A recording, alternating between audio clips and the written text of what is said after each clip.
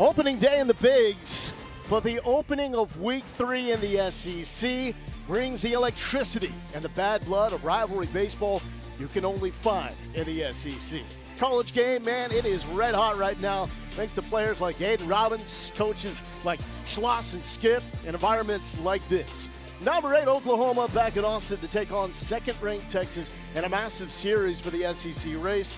No separation atop the standings. 7 teams at 4-2 tied for first, including the Horns and Sooners. Welcome to Austin, everybody. Lowell Galindo here with one of the great players in college baseball history, Keith Moreland. This is massive. First time since 2009, Texas and OU come into a series, both teams ranked inside the top 10. But Skip Johnson says, you know what, in the SEC, it's like every series feeling like a super regional. Well, it does feel like a super. It's a heavyweight bout every Friday, every Thursday. Whatever you start with on that week, it's a heavyweight fight. And both these teams have dropped their openers but come back in one series. Skip Johnson changing things up with his starting rotation. Cam Johnson really struggled last week at LSU. It's been back-to-back weeks of struggling. Skip wants to take some pressure off of him. He'll go tomorrow night. That means LJ Mercurius moves up to game number 1. Yeah, Mercurius has been throwing strikes. You can see only 7 earned runs and 33 innings of work. So he's done a nice job limiting the base runners. When it comes to the Oklahoma offense, they will take their walks. They will swipe bags. Camden Johnson, in part, one of the leaders. Yeah, this is a 5-tool player. He's got power. He can run.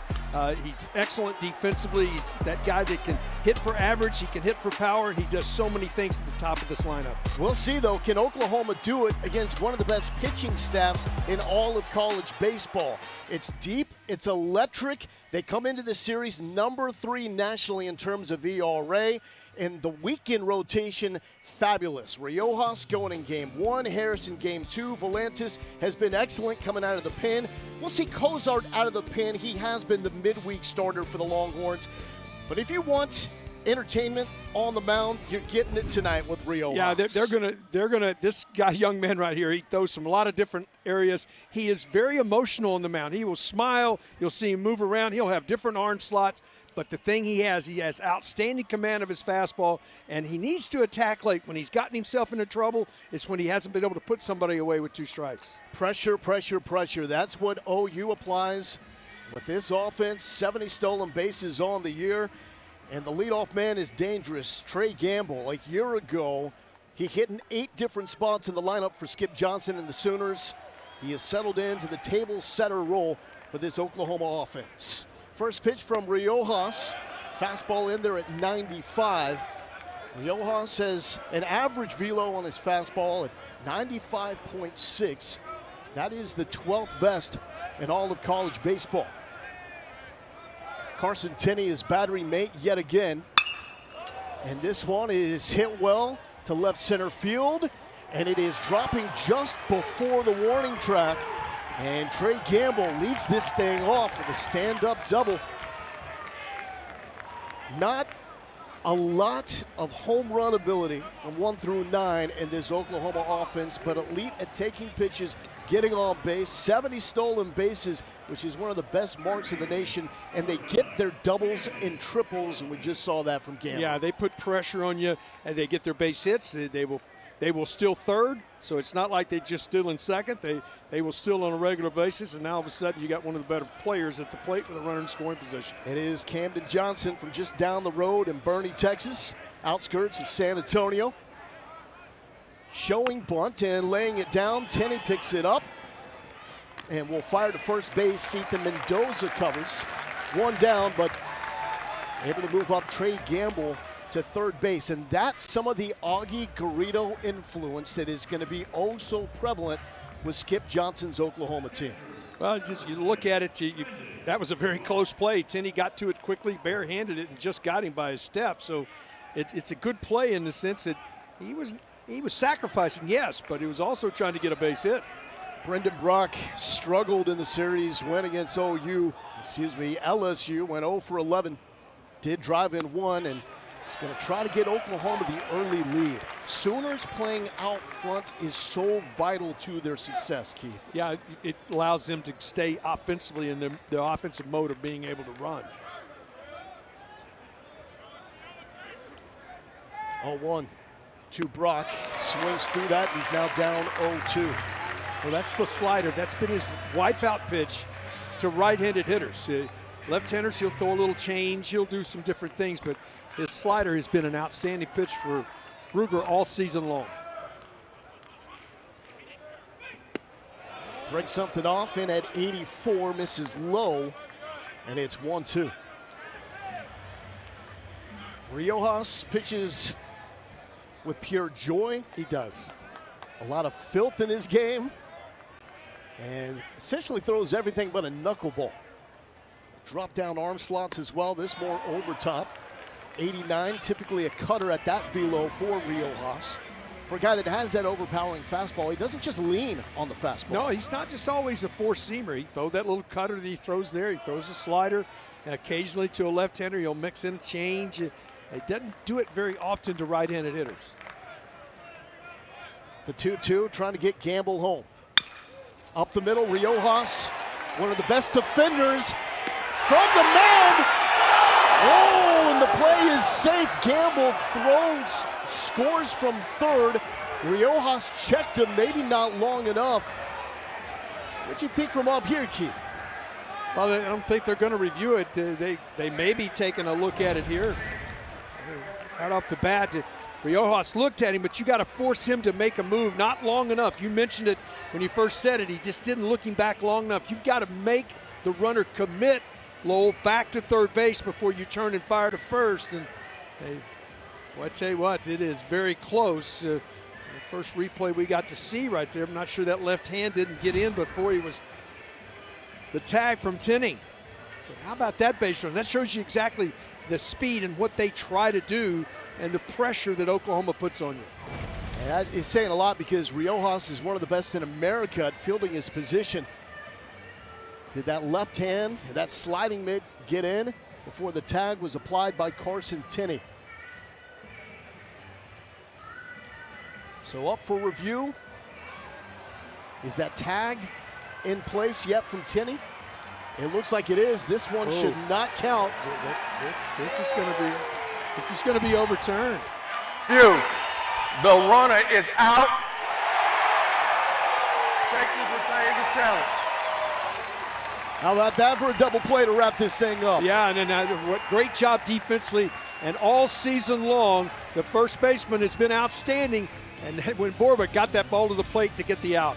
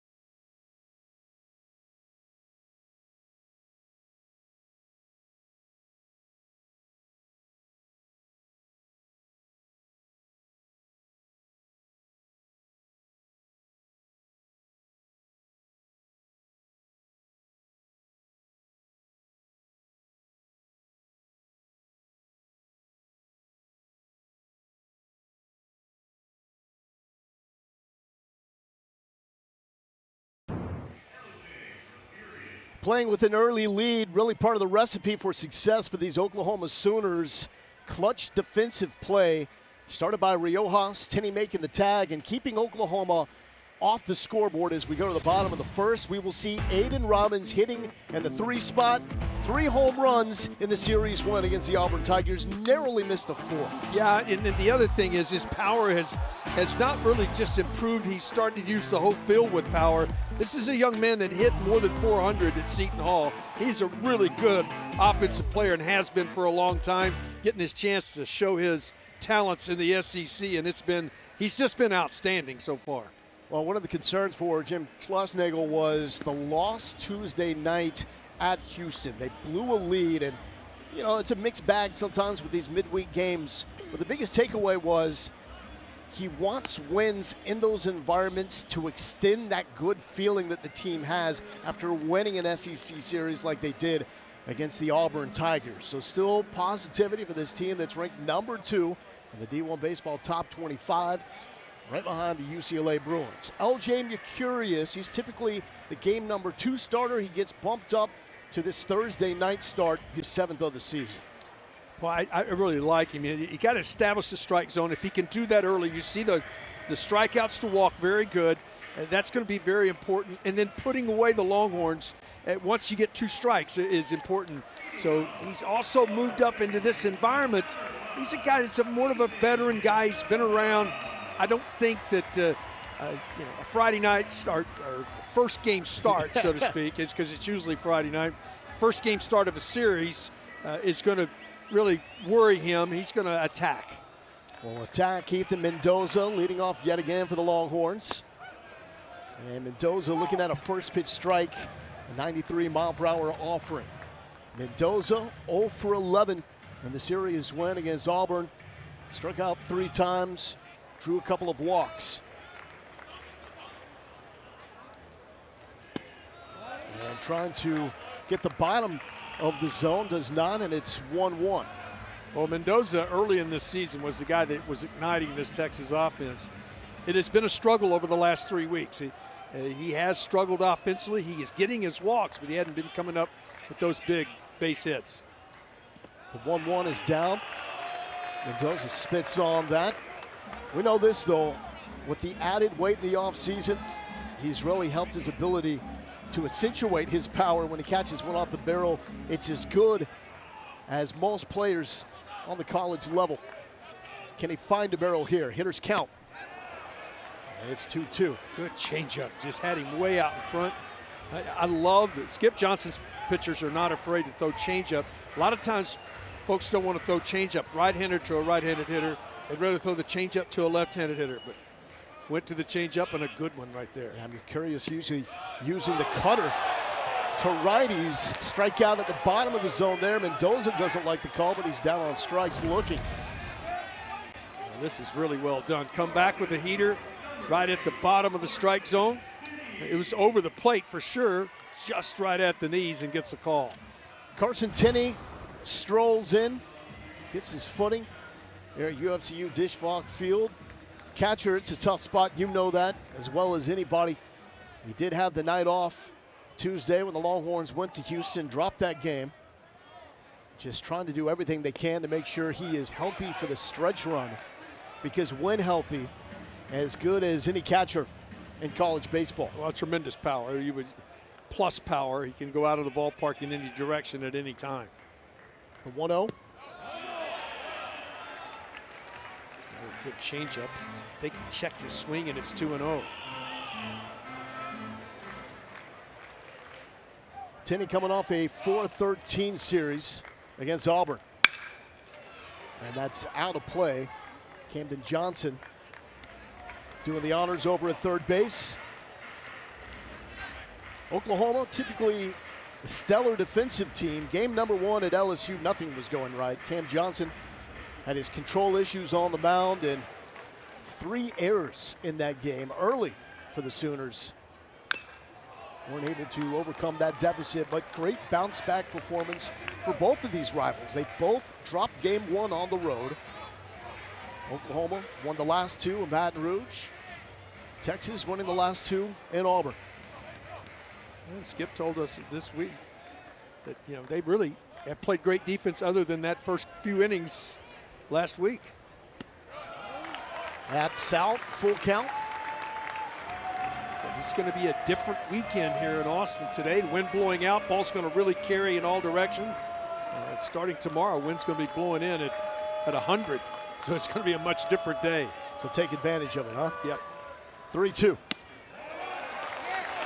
And it's a 1-out walk to Carson Tenney.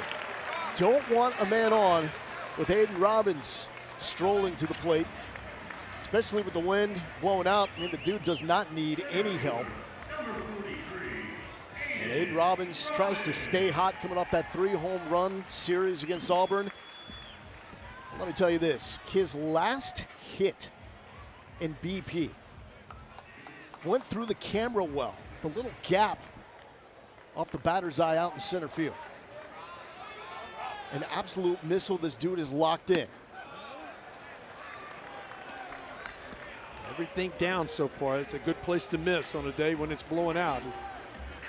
There's Ian working camera 4 out there in center field. Good was thing he wasn't there for BP, Yeah. because he'd have a bruise.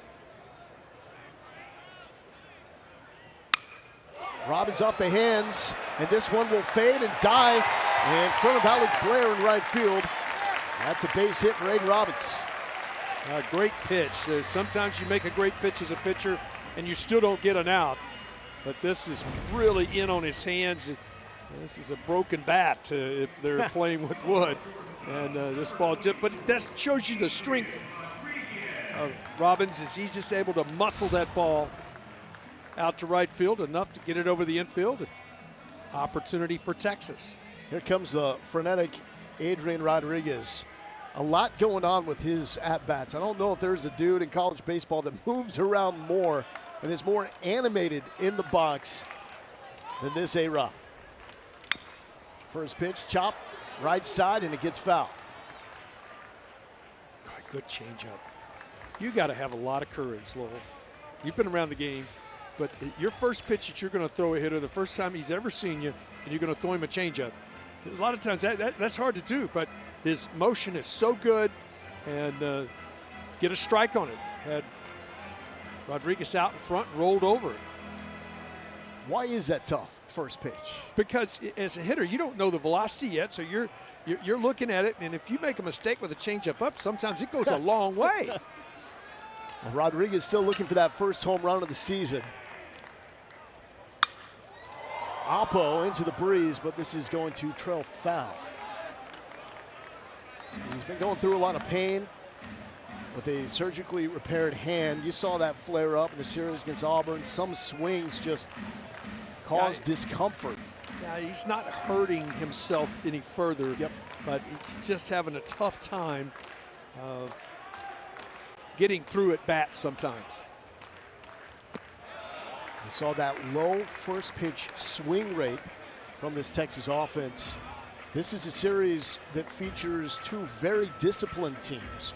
Both OU and Texas top 6 nationally in pitches seen per plate appearance, with more than 4 for each team. 1-2 to Rodriguez, and the fastball misses out. Any team coached by Jim Schlossnagle is going to see a lot of pitches. He's going to get deep counts. You can't be afraid to hit with 2 strikes. Skip Johnson the same way. Understands it because Skip's such a guru for pitching and mechanics. He understands how tough it is to. And just fighting this one off to the left side. Long run for Trey Gamble. Can't make the catch, man. He made a heck of a catch at LSU, right up on the wall, collision and all. That is the enforcer for this Oklahoma team. We saw him almost get Oklahoma on the board in the top of the first. Very close play at the plate, reviewed, overturned. Well, I always ask coaches, who's that one guy you're really proud of? And I asked Skip today, you were right there with me. He said, that's the first thing he says, Gamble. There's no question. What he gives his team each and every day. 2-2 from Mercurius to Adrian Rodriguez. And again, another fight, another flare. And this one will find the first row and a souvenir on this Thursday night. Well done. Pretty good catch. I don't think he's got any eligibility left, though. Now, these days, if the NIL money is right, you never know.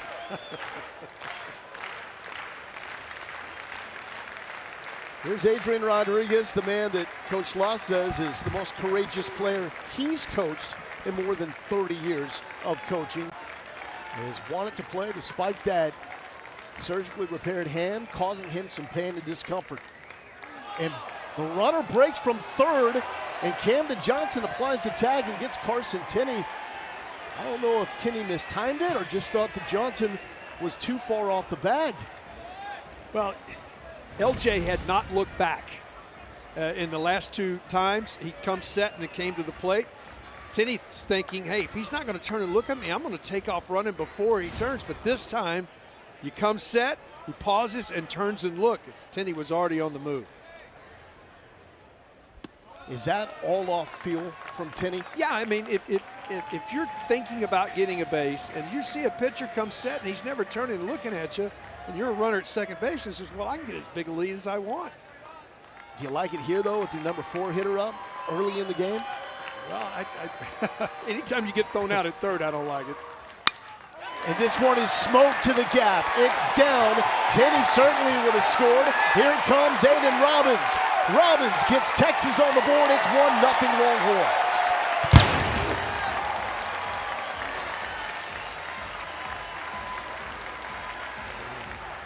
Talked about A-Rod having a tough time getting on top and at times turning on a ball. Well, he does a nice job right here. Gets through this as a breaking ball, 3-2. Hands back, does a nice job dropping the barrel on it and shooting it into the gap in right center. And the Longhorns are going to play with a lead here. 10th double of the season for Adrian Rodriguez, and that was the epitome of a tough at-bat for that young man. Timo Becerra will try to add.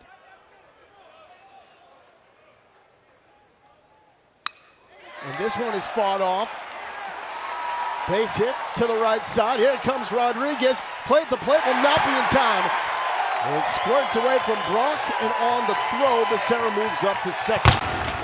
Back-to-back RBI knocks by Rodriguez and Becerra. Well, Becerra hit this ball a little firmer than it looked like, and it got to the outfielder in a hurry. There's no question, and Blair comes up with it, and he tries to go all the way in the air, low to the plate, and it's a short hop. You put yourself in a position. There are times if you could scoot it, but he put Brock in a situation as a catcher where he had to try to pick a short hop and make a tag. Just not going to happen.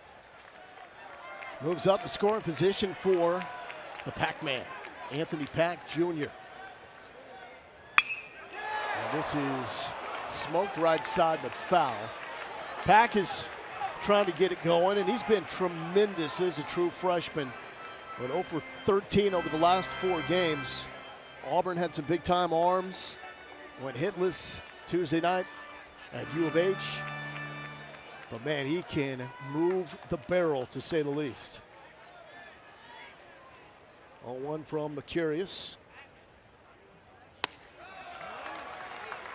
who almost got bailed out, finding Tenney trying to take third.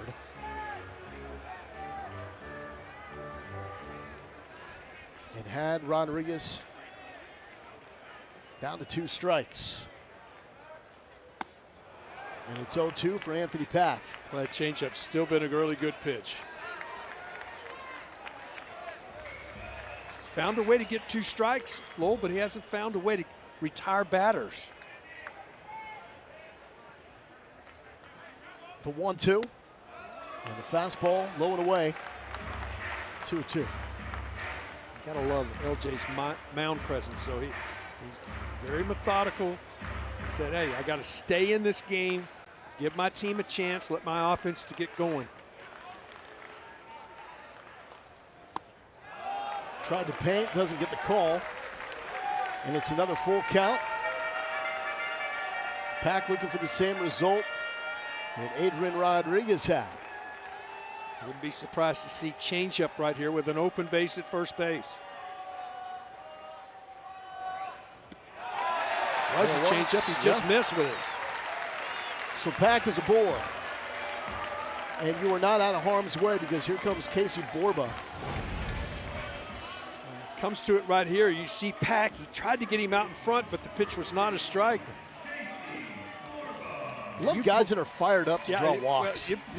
You play at home in this league. I mean, it's a heavyweight fight every weekend, no matter who you're lining up against, and know how important the opportunity to have big innings, because you just don't have that many opportunities to have big innings. Borba had a monster shot to left field against Auburn. This gets away from Brock. Everybody moves up 90. Becerra to third, Pack to second. Not the start that OU was looking for, reminiscent of the Game 1 start against LSU, and here comes Skip Johnson. Yeah, and I think this is the right move. I mean, you want to settle everything down. A lot of times you send a pitching coach. I like that the head coach is going out and say, look, he's got his whole infield together. 6 of the 9 guys are right around him. He can talk about, look, it's about making a pitch right here. Yes, we're down 2-0, but we can get something going offensively. So this will be a laborious inning. 29 pitches already. His next pitch will be his 30th of the game, and try to settle everything down here and find a way to get out of the frame. 4 different batters he's had to a 2-strike count. Hadn't been able to put anybody away. It's what it was, and then, he got in on a couple of guys, and it got in on Robbins, but it led to a hit. Borba, 8 home runs, 24 RBI. Both those second for this Texas team. Pitch number 30 for Mercurius. In there for a strike, it's 1-1. Borba has been one of those guys that's been so good at first base, making the transition. He's been a left side of the infield guy his whole life, now playing first base. And this is past the shift. 2 runs are going to score. And it's a 4-0 lead for the Longhorns. Casey Borba cashes in. Shift be darned. Really good adjustment. And again, when Borba is thinking back up the middle and not getting too pull conscious, he gets the ball down right here, and boy, he just drops the barrel on it, beats the shift. There's 3 guys on the left-hand side of the infield. No chance to get back at the plate. And the Longhorns do get that separation here early.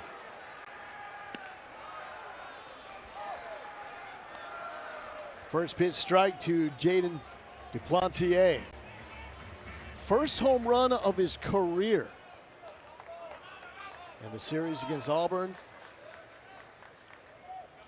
if you were just to watch that swing in a vacuum, you'd say this guy has at least 20 bombs in his career. That was a thing of beauty.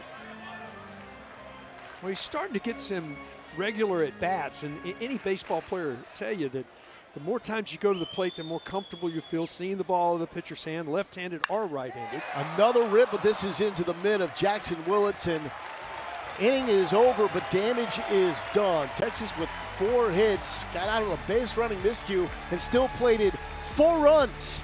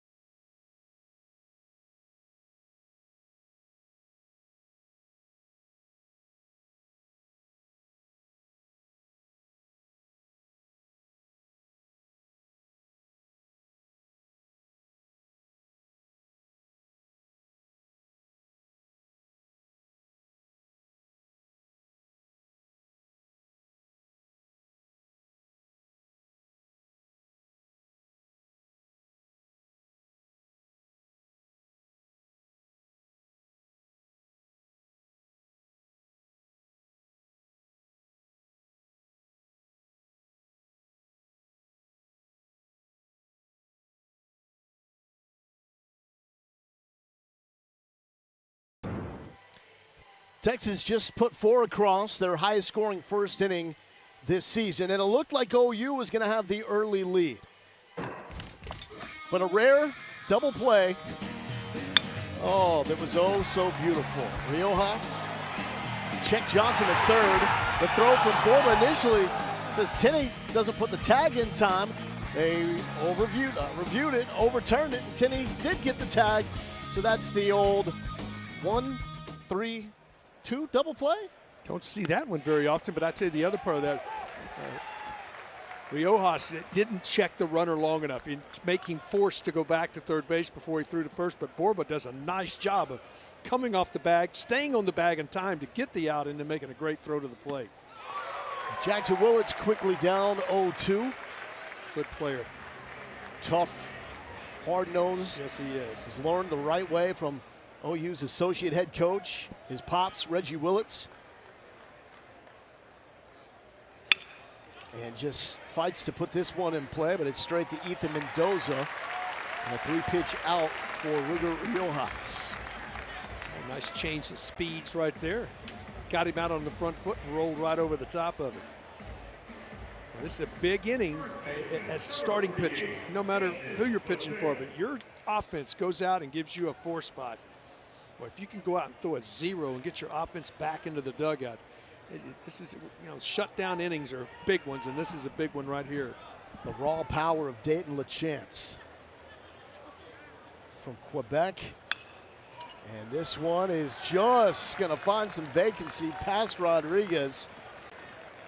And LaChance is aboard with a 1-out knock. Well, it gets in on him, but just you're talking about the power. I mean, this ball gets in on him just below the label, as a matter of fact, but just strong enough to get that ball into center. And in the spirit of March Madness, Alec Blair steps into the batter's box. Played a game for Porter Moser and the Oklahoma Sooners this season. My man Paul Biancardi ranked Blair number 59 on the top 100 for this year's freshman recruiting class, but decided, maybe have more upside at baseball. He was the number 52 overall draft prospect in the MLB.com rankings. Decided to come to Oklahoma instead. That one appearance for Porter Moser against Wisconsin this year. Skip Johnson loves the upside, says he has enormous wow factor. Could be a great player one day. Well, he's got great leverage, you know that, with his height. 6'6", 195. Smooth swing to left. And Pack is able to make it on the run. A chance going back to first, 2 down. I'll tell you what, if he gets this ball elevated at all, it gets out of the ballpark. He hit it right on the button. It just didn't get any of the wind help because it was on a line, and Pack able to go back and make the play. Nolan Stevens doing the DH honors, getting in the 7th spot. As the sun setting here at UFCU Dish Falk Field. Wind blowing out. Almost helped Blair on that previous fly out to left. Stevens takes a first pitch strike. One of those many pitches. You don't see him throw a curveball very often, but he drops a little curveball in there for a strike. Yeah, he's basically got an arsenal of pitches that he throws from more over the top, and then a completely different arsenal that he drops down with. It's more the traditional curveball there. He's creative. You're telling me he just makes stuff up almost. I'm telling you, he's so much fun to watch because he's just creative. He's trying everything he can do from any arm slot to get outs any way he can get them.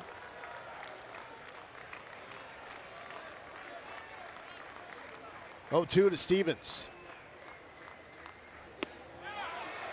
Tinney thought that was strike 3. Hold that thought.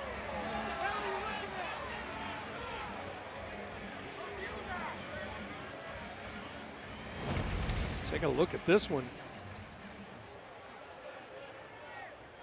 It had to be down. It had plate. The 1-2. And Riojas has the first strikeout of his night. A confident walk back to the Texas dugout after he went skipping out to the mound before the start of this frame.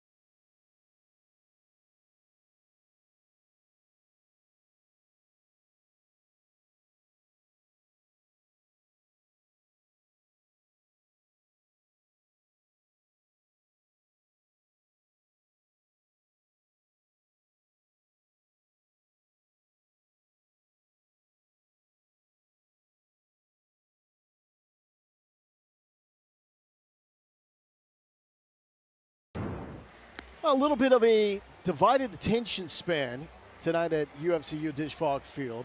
They're just showing Texas Purdue playing in the Sweet 16 on the big board. And everybody in attendance definitely opening up the ESPN app to check that score while watching this game, as Texas has opened up a 4-0 lead over Oklahoma in game number 1 of this 3-game series. Ashton Larson leading off the bottom of the second. First pitch swinging, a rarity for this Texas lineup. That's foul, but they will pull the trigger if they see a pitch early that they like. How much of that is a scouting report looking for something in particular? How much of that is just in the moment? Well, they, as a staff, and Coach Tulowitzki will tell you that we want to get pitches to hit. And there's one. Hard ground ball through the right side, and Ashton Larson is aboard. Well, they call this a rivalry, Keith. You are very accustomed to what it means to go toe-to-toe against Oklahoma in multiple sports, playing the Sooners in football and in baseball. Well, you just first time that they've met as top 10 since 2009, and but it goes back to great coaches, Coach Seymour at Oklahoma, Coach Gustafson here at Texas. This series goes back an awful long way. Back to the top of the lineup for Texas, Nathan Mendoza struck out his first time up. Texas was able to clinch the SEC regular season crown by beating OU in game number 1 of their series last season. A lot of good things going on at Eldell Mitchell Park, too. To center, Jason Walk. There's not much that gets by Jason Walk out in center field. He can go get it as good as any center fielder in the country. He gets great jumps. He's got outstanding speed.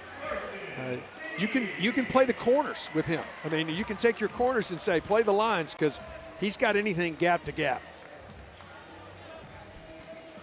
Here's Carson Tenney. Walked his first time up, tried to swipe third. LJ Mercurius caught him at the last moment. Camden Johnson applied the tag. He is dangerous. I like the comparison from Skip Johnson, saying that Carson Tenney reminds him of Cameron Rupp. Big, strong individuals that can swing it and are walls behind the plate.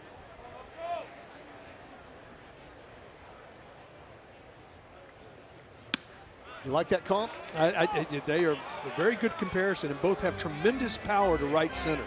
That's the other thing is, and you see right-handed hitters that can leave the ballpark the other way and do it fairly easily. That's impressive. This is a young man that can hit 20 home runs before the year's out. 17 home runs last season for Notre Dame. He was a first-team All-American. And in Game 3 against Auburn, came up with the clutch 2-strike, 2-out, 2-run Oppo single with the bases loaded. It would lead Texas eventually to get that win. Backhand by Johnson, misplayed it. That's a really tough play though. And Tenney is safe. He would tell you that I should make this play, but if anytime you cross over and have to go to your backhand on what is a high hopper, it is next to impossible to know you're going to pick it every time. I think they're going to give him a base hit on this, but we'll see what they give him. But there was a good effort to get the ball knocked down. Yeah, Tenney does get credit with a hit there. And here's a guy you do not want to mess around with, Aiden Robbins, who has really embraced the role as a villain in the SEC. Not too bad from a kid from a small town in Pennsylvania. It was lightly recruited, had 2 fantastic years in Seton Hall, entered the portal. Texas landed him. He's always had elite bat-to-ball skills, good juice to the opposite field. Comes to work with Troy Tulowitzki. Now he has learned to elevate and celebrate with poolside tanks. Complete hitter.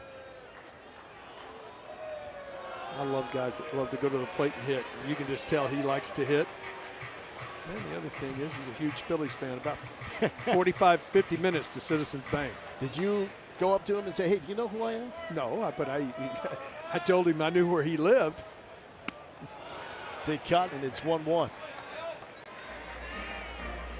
So through the years, I know one of the terms that you use when it comes to bat speed, you just call it the way the bat whips. Whip. What do you see from Robbins? It's such late whip. It's not a long swing. That's the other thing. Everybody thinks it's, oh, this guy's got big whip, and because it's a long swing. His whip is right at the end at contact. You can see him.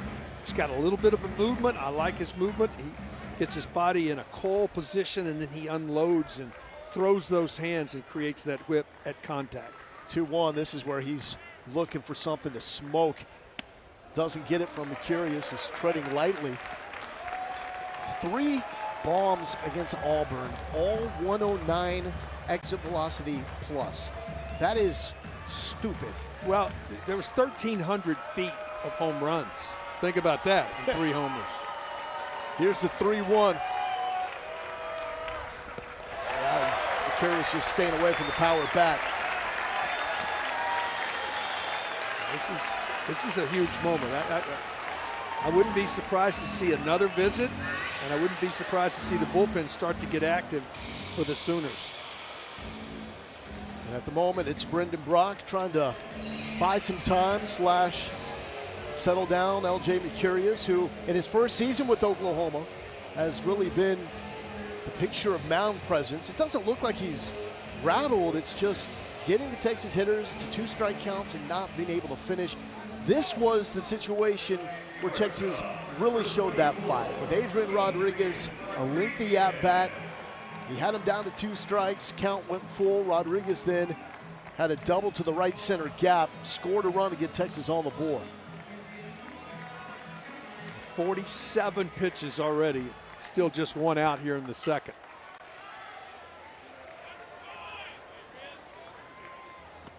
That's low, ball 1.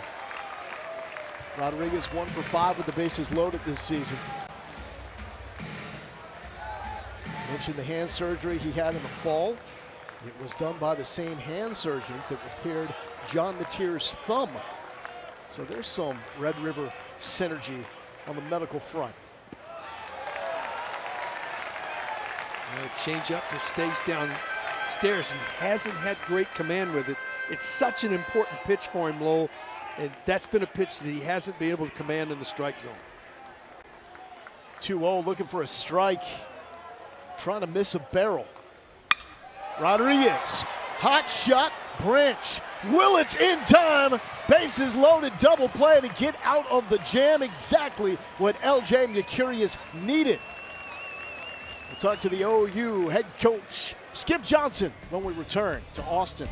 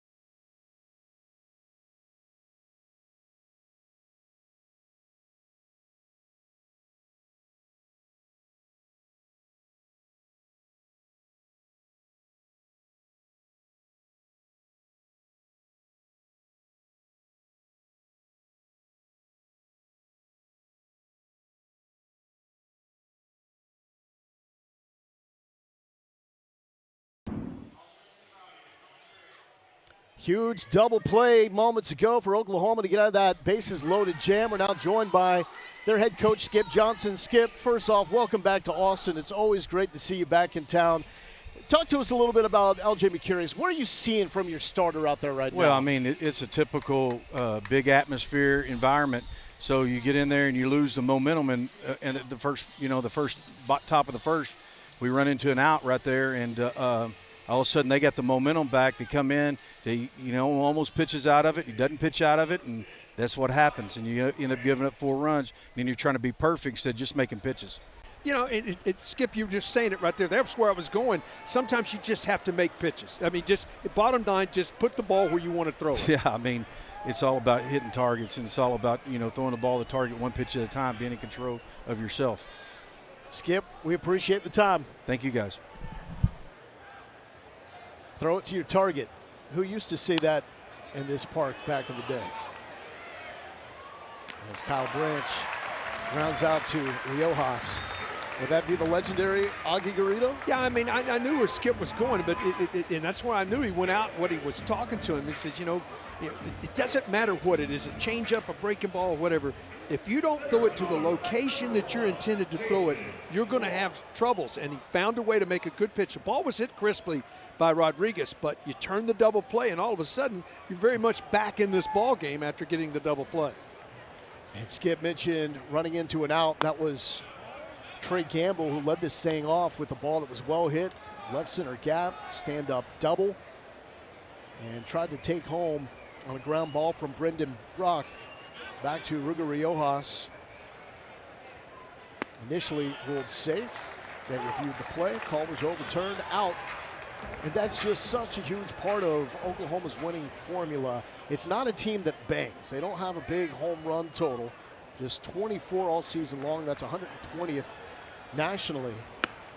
They need to play from ahead to be able to control the game and use their speed. Yeah, it's tough to steal sometimes down 4-0. Jason Walk, a threat to do that every time he gets on. He's got to get him off. And it's 3-1. See this improvement, just having an opportunity to see this young man play over the last few years. You can see him improve as an offensive player and the things that he does offensively. Shift is on. And it's a full count, 95, that electric fastball from Riojas. Because there's nobody in America can play center field better than Jason Walk.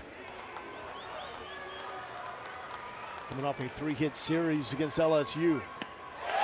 Chases, and that cutter, filthy. Now that's having some courage, isn't it? Yeah. You're down. You're count. down 3-0. Come back with a strike away, get a swing and miss, and then 3-2.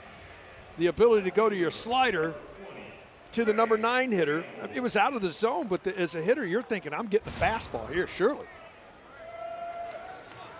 That's what is really captivating about Riojas. We've mentioned that average fastball velo is 12th best nationally, but he doesn't just ride on that. It's the entire mix as Gamble rounds out to first. Riojas is having fun. Check that glove. Let me get a sip of Gatorade. Let's go.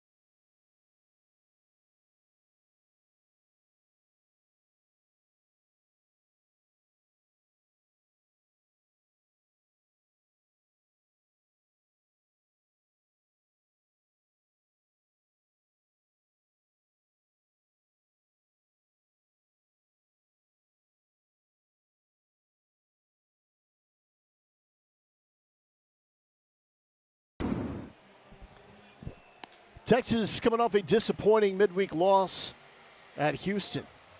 They blew a lead, had 3 total hits, and have doubled that up tonight with 6 already, 4 runs on the board. We've got the entire 3-game series right here on the SEC Network. Game 2 tomorrow night, 8 Eastern, 7 local. Game 3 on Saturday, 5 Eastern, 4 local. Dylan Valensis, that's must-see TV for Game 3. See Harrison for the Longhorns in Game 2, and See if Cam Johnson can handle this environment and can control what Skip Johnson says is one of the best fastballs in the college game. Well, he's just an incredible talent. And there are times he's unhittable. That's just the only way you can put it. If he can command it. Here's Becerra showing bump, pulls it back as Johnson comes crashing. That's it. Sarah is talking to the staff. They talk about what good at bats he puts on. I hate to use the term professional at bat, but he puts on such a good at bat. Played at Stanford, he's a veteran guy.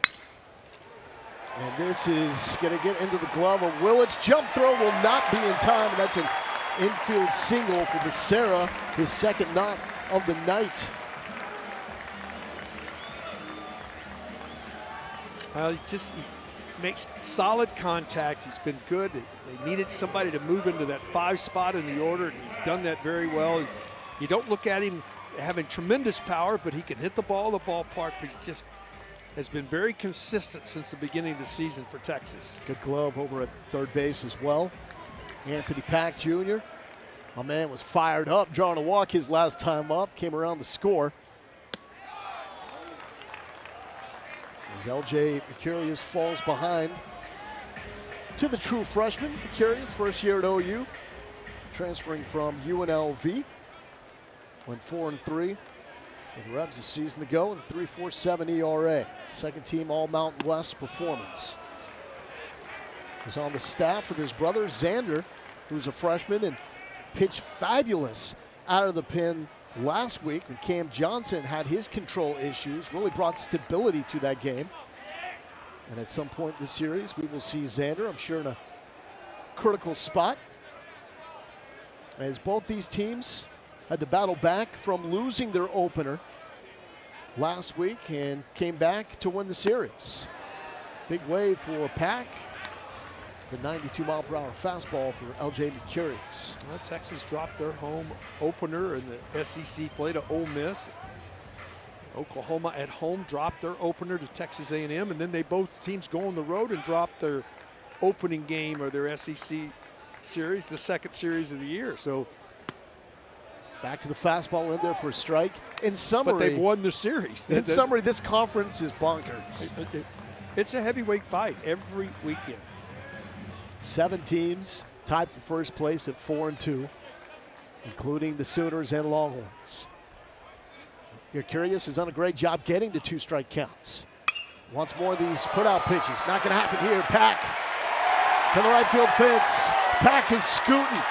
Becerra will be held up at third base and nearly got back-picked. And Pack get the Texas bullpen come to life with the double to right, 6 of the season. The theme of the night has been balls that are up. Watch where this ball is. It's up in the zone right there, stays at the belt. It's trying to get it in on the back foot and get it down, but this one stays up. And the young freshman drives it into the corner. A chance to really blow this thing wide open for Texas here in the 3rd inning. That swing was money from the guy they call Pac-Man. Casey Borba drove in a run with a single to left, his first time up. Part of that 4-run first inning, highest scoring opening for him for the Longhorns this season. 3rd start over the last 21 years of 20-4 or better for the Longhorns. One was last year when they were the number 2 national seed. The other time, 05. Lifted into the breeze. Gamble still going back. It's off the fence. Here comes Pack. Pack charging home and 2-run score off the wind-aided double by Casey Borba. That ball kept going. Well, we have a couple of things going on right here. You have twilight. It is difficult to find the baseball this time. And then right here you can see, finds it. Now it just keeps carrying because it gets up into that stiff breeze. It carries all the way back against the Yeti yard. And Texas takes advantage. Still nobody out in the inning and a couple across. So if you're telling me it's tough to pick up fly balls in this atmosphere. That fan out there in the Yeti yard, they should sign him up. He tracked that clearly the whole way. Yeah, he might have had some help. I just thought I'd tell you. I'm not sure he tracked it. He just might have had some help. He just found the closest guy to yell at? Is that what you're telling me? That's what I'm thinking. Duplantier 0 for 1. Lined out to shortstop back in the first. 26, now 27 driven in by Casey Borba on the season. Duplantier shows bunt. Borba has just been such a blessing to move positions. They found a place for him, and then he's adapted to that. And then what he's done over the last 10, 12 ball games, he's been an outstanding offensive player for Texas when you look at the numbers. He is one of the most dangerous hitters in pitchers' counts in all of college baseball. That was an 0-1 count. He now has 22 hits in pitchers' counts this season. That's the second most nationally. You see it right there. The last 14 ball games, he's as good a hitter as anybody. Oh, smoked off the glove of Johnson. Here comes Borba. He will score easily. Duplantier plants himself at second for the one-run double.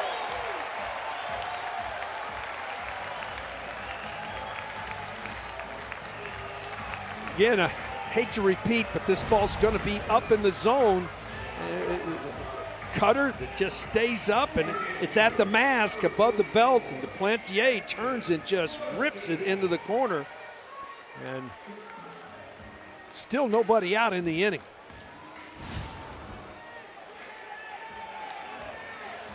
And there is activity in the OU bullpen. It looks like this may be it as Skip Johnson comes out. His second mound visit of the game, first this inning, but it looks like Mercurius is done as OU will go to a lefty out of the pit. Just could not get the payoff pitch. You combine that with the ridiculous ability by this Texas offense to find barrel after barrel, and even balls that weren't barreled up. Swing it hard enough and finding some vacancy. It's 7-0 Longhorns as the Sooners go to the bullpen.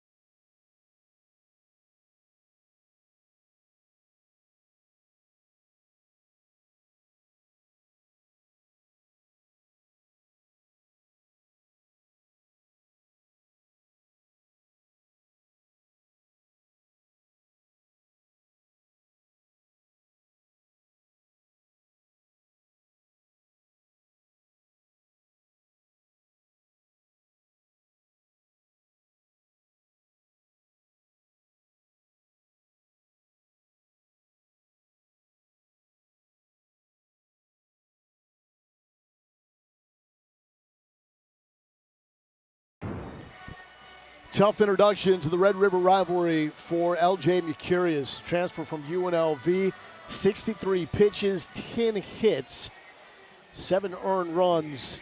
The 3 walks don't help as well, and now his evening is done. That was elevated.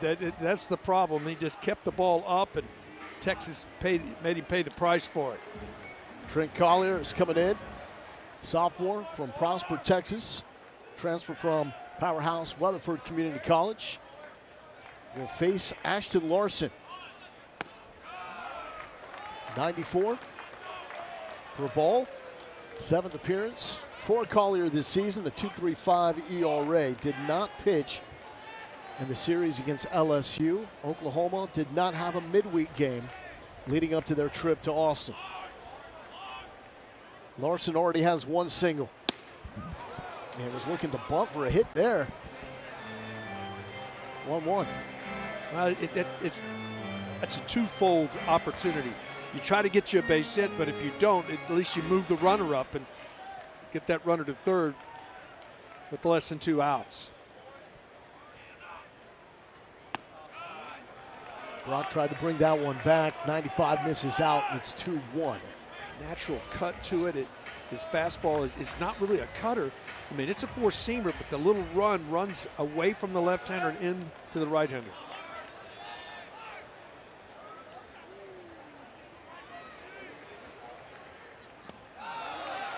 Good job there by Brock. Another JUCO transfer. Skip Johnson really leans into his JUCO roots. Excellent JUCO coach in his day. Before coming to the University of Texas, his son Tyler was the head coach at McLennan. Now on the staff with Dan Hefner at Dallas Baptist. 3-1 from Collier. Runner is off. Duplantier in motion, and it's fouled back. Yeah, I told you, Texas will run the bases, and he caught again. Tenney got picked off earlier in the game where he was going to third because the pitcher wasn't looking back. Well, Duplantier saw that again, and he had third because the pitcher never turned and looked at him. Good fight here from Ashton Larson. First 2 years of his career at LSU. Won a natty with the Tigers. Only 5 starts last season because of a nagging quad injury. He's got upside. 20th round pick out of high school by the Twins. Decided to sign with LSU instead. And here he is with a walk. So Collier replaces Mercurius. That's another walk issued by the OU Arms. To the top of the lineup, and the only Longhorn that is yet to record a base hit, Ethan Mendoza. No pressure, young man. Well, Texas is not a big sacrifice team, but you want to keep adding right here, and not a bad time for Mendoza if he wanted to put it down and try to move the runners up with 2-3 coming behind him. Struck out looking his first time up, fly out to center field his second time up. And pitch clock violation.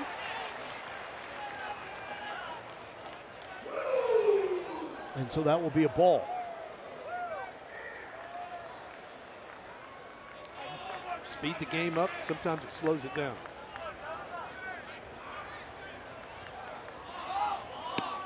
Mendoza added weight in the offseason. About 15 pounds of muscle to help his pop. And his 90th percentile exit velocity has reflected that. That's taken the average of your top 10% of exit velocities, really showing what a batter can do when they get a hold of it consistently. And that number has jumped. It was 99.5 miles per hour as a freshman at Arizona State, 103.7 last year, and now up to 105.4. A 2-mile-per-hour jump is a big, big deal. And not just for balls that you barrel, right? Let's face it, you hit a ball 107, if you elevate it, it's probably gonna be out regardless of what part of the park you hit it to. But when you can move the bat that fast, and we've seen it, you get one on the hands off the cap, if you are that strong, you have a better chance of getting on with the hit when it's not a barrel.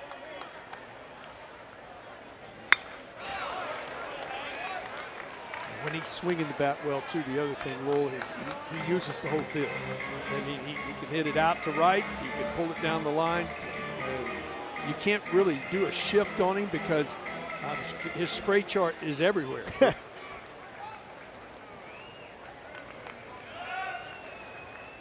Runners are off and fouled back. So when you were playing, and I'm not making like an old person joke here, how much did you guys track, like spray charts and basically in place of the technology that we have now, how would you use scouting reports? And well, scouting reports, so a lot of times scouting reports had every ball that they've hit against your club for sure in all directions. So you knew if you were playing right field, oh, he hits a lot of balls to the side, so you knew where to line up. I used him quite a bit. His ball is lifted, and Kyle Branch is under it. And it's tracking back, and he drops it. Duplantier is initially thinking about taking third, infield fly, and so that's going to be an out as Ashton Larson was thrown off by Duplantier taking off at second base. That's a tough one. You got to know that the infield fly rule is in effect. You're right there behind it. You're going back to the bag, and second base umpire finally called infield fly rule late. That was very late on that call, which to me should have been made right away. And that's what Jim Schlossnagle was saying. He says, why wasn't the infield fly rule called earlier? Because it puts yourselves in a position as a runner. You're saying they're not calling the infield fly rule. So yeah, if you're Duplantier, you see the ball in shallow center field. There's no signal by the ump immediately to the right of you. Now he'd had to give ground because the wind picked it up, and it's a tough play. Once the infield fly rule is called, you have to stay at the bat because the batter's automatically out. And, but it was a late call because you see it right. The ball was already dropped before he put up his right hand. No chance there. So that leads to 2 outs in this inning that was setting up for Texas to really break this thing open. And it looks like home plate umpire is going to pull out the notebook here. Yeah, there's a note to the principal. To somebody on the Texas bench. I understand the frustration on a play like that. Duplantier had to break for third base. Larson saw him breaking, didn't know at that point it was infield fly. And here goes Duplantier trying to take third. The throw, not in time. And Duplantier comes up, stolen base number 7. Well, he didn't get just an outstanding jump. You see him right here. He didn't take off till the leg was coming up. And good throw by Brock made it very close. The 1-0 to Tenney. Strike at the bottom of the zone, 96 from Trent Collier. I just don't know what you're supposed to do if you're a base runner in that situation.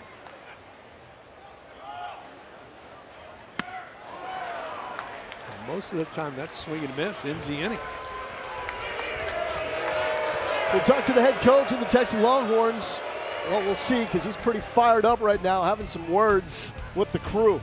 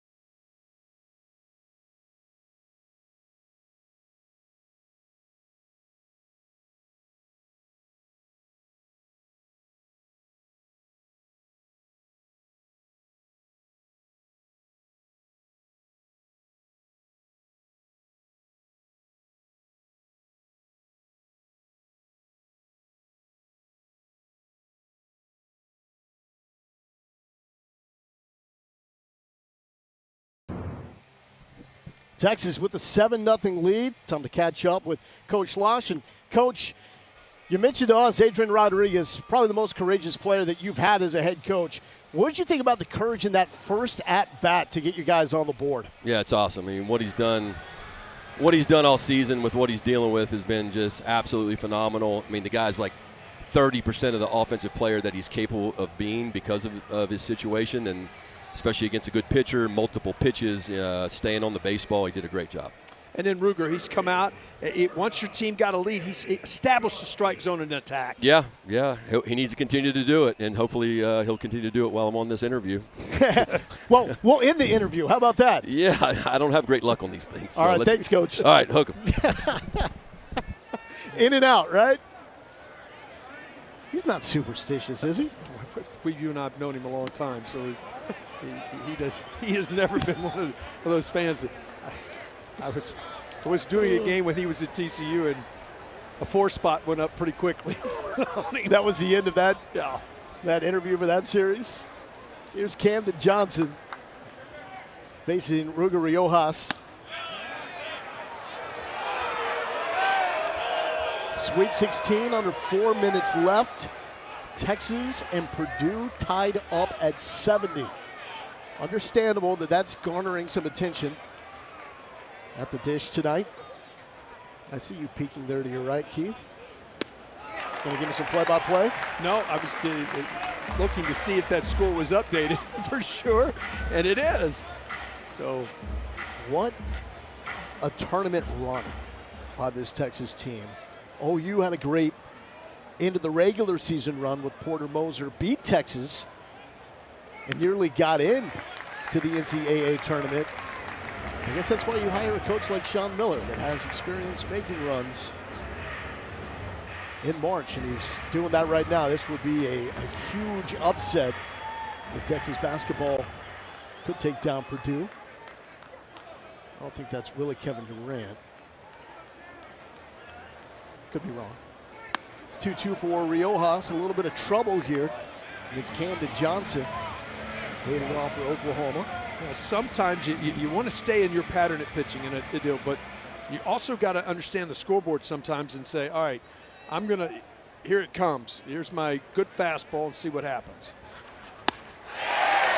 Instead he goes to a cutter. And it works. Strikeout number 3 for Ruger Riojas. Back-to-back for him after punching out Jason Walk.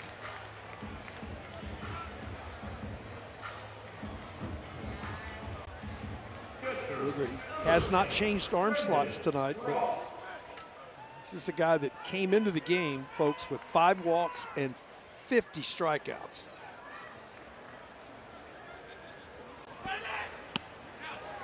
First pitch strike to Brendan Brock, uber athletic catcher for the Oklahoma Sooners.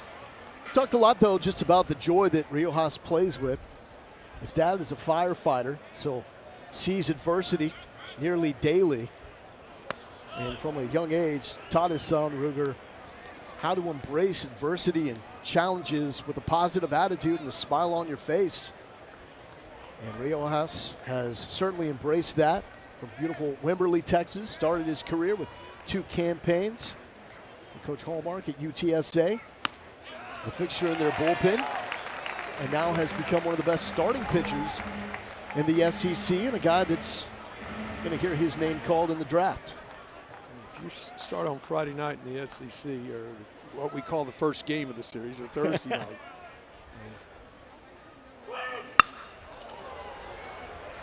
To left field. And out of the glove of Pack. Pack made a heck of a run, and Brock is in safely to second. Well, Pack upset at himself. You could see he stayed down after he laid out, but this is a great effort to get to it. Just one of those little half swings where you're fooled, but reaches out and gets it on the barrel, and Pack has it in his hands as he's laying out. It hits in his glove. He just couldn't secure the baseball. Comes to the 1-out double. Here's the hard-nosed Jackson Willits trying to get Oklahoma on the board. There's that arm slot change. And Willits trying to alert his teammates what that pitch was.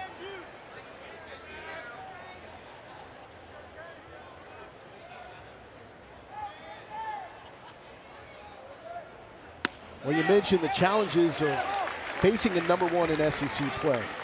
Last week, Oklahoma got Kason Evans in game #1 against LSU. Evans struck out 15. The most A pitcher has struck out against Oklahoma since 2009.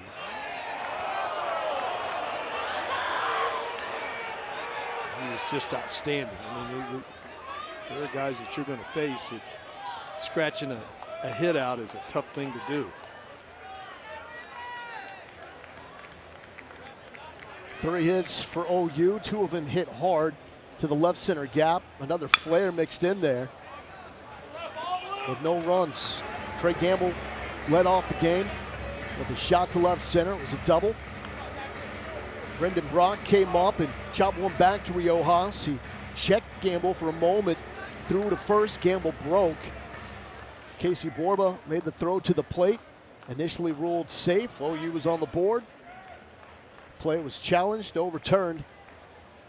And OU has not threatened since that moment. Popped up left field. Pack is there, and it's 2 down.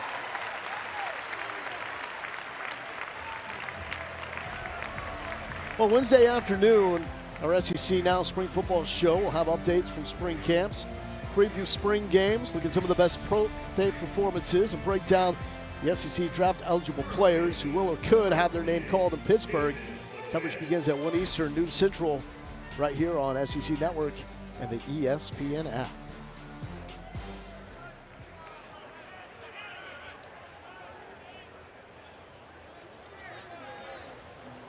Dayton LaChance is the hitter. Tremendous raw power, has yet to run into one. Still looking for his first home run for Boomer Sooner. He's a young man, though, that gets the barrel on the ball consistently, and it's going to come. Texas has only allowed 9 home runs all season.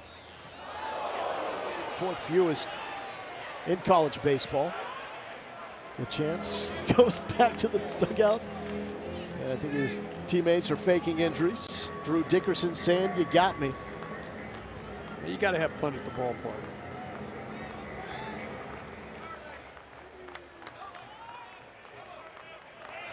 LaChance down 0-2. What will Riojas come up with here?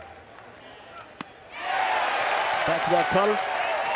And another strikeout for Ruger Riojas. Oh, the hair is flowing. So is the confidence.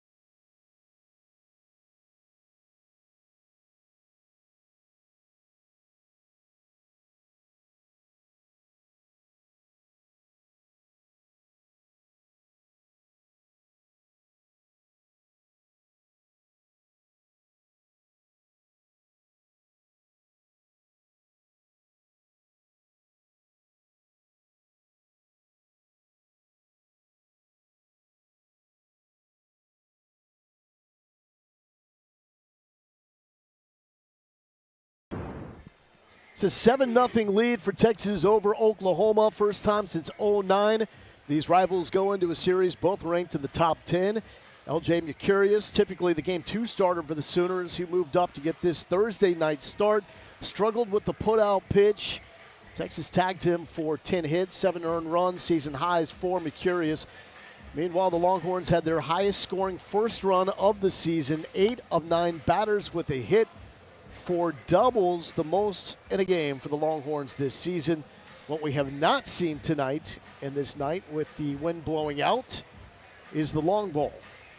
But that could all change because Mason Bixby enters the game and he's going to face Aiden Robbins. That's a tough wake-up call and an entrance to this game for Bixby. Well, you look at Bixby, he is the 6'7" right-hander, 230-pounder. He's from San Antonio, Texas, transferred in from TCU. An explosive fastball and a good hard slider. You see his numbers on the year. The big number for him is that he has just struggled with command. He's got 7 walks in 6 2/3 innings. He hasn't given up many hits, only 2 hits, so guys haven't been squaring him up. It's just about getting the ball in the strike zone. Aiden Robbins has yet to square one up, yet he's reached safely twice. A flare to right field for a single his first time up, and reached via a walk in the second.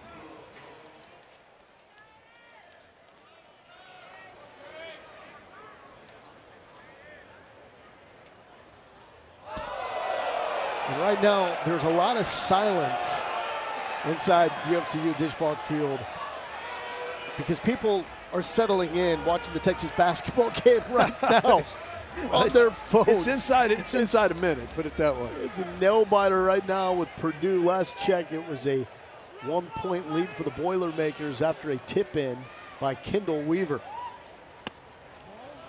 95, so you see the big arm, big fastball. But the location, as Keith mentioned, shaky there, and it's 2-0 to Aiden Robbins. Texas team with 41 home runs this season. It's not Georgia-esque by any measure, but that still is top 20. That's free and easy. The big right-hander, 6'7", has got great tilt. Goes across his body a little bit. That means he steps sort of toward third base and comes back across his body. Makes it difficult to pick up that good velocity. The 2-1, and this ball is hammered and dropping down for the second single for Aiden Robbins. Let's get caught up on what's creating buzz nationally. The West Coast, I'd say revival out on the left coast. UCLA #1, Florida LSU, Vandy all unranked. What in the world is going on with that? That's just really hard to believe. And then Georgia Tech is playing about as good as baseball as anybody in the country. Their offense has been outstanding. How about 12 runs a game? Lackey and Zuckerman leading the charge for Georgia Tech. Fun to go on to True Media and look at the TrackMan numbers for that Georgia Tech team. Something about hitting baseballs in the state of Georgia. The Georgia Bulldogs and the Georgia Tech Yellow Jackets do it about as good as anybody right now in terms of just absolutely hitting balls hard. And they're both playing good hitters' parks, too. I'm just telling you, Foley Field is a great place to hit. The 107 at Foley is the same as 107 it in is. College Station. Yeah, you're right, but there's certain ballparks that all hitters love to go. What about the scene, though? The scene at Foley, the scene that you saw at Auburn last weekend. It's unbelievable. I mean, college baseball sizzling right now. Such a great watch. Got a feeling, too, tomorrow night's crowd is going to be off the chains here at the Dish.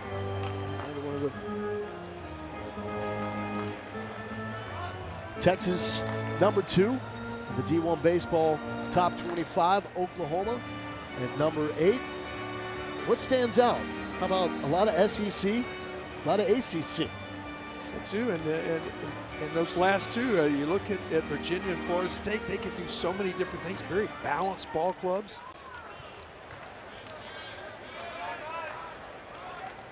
Mississippi State made a heck of a hire from Virginia, and they look like the Diamond Dogs of old. Here's Adrian Rodriguez. Man, Jim Schlossberger was just raving about Rodriguez and the fact that he's trying to play when he's not 100%.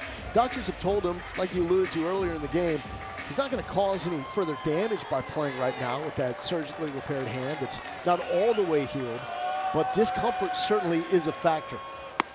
A 3-1 for the switch hitter. A little stare down as he draws the walk, and it's Robbins on second and Rodriguez on first. Nobody out. Boy, it's awful good stuff. You see a guy that the ball just jumps out of his hands, and it's just about throwing a strike. Repeating that release point. Sometimes guys at 6'7", it makes it very difficult for them to repeat a lot. I like the fact that Bixby throws out of the stretch to give himself a chance to get to a good load zone where he can find that release point and deliver it. How tall is he? 6'7". For the kids at home. Here's Becerra hitting with 2 on. Infield single his last time up. Also has a single to the right side that drove in a run in the first. And this is behind Brock. He's able to pounce on it. Something to be said about guys that have played at the highest level at Blue Blood programs. Becerra certainly fits that bill. 4 seasons at Stanford. Has himself a degree. Good slider. Best pitch he's thrown since coming into the game. That's what he can do to you if he can get ahead of you. He has the stuff to put you away.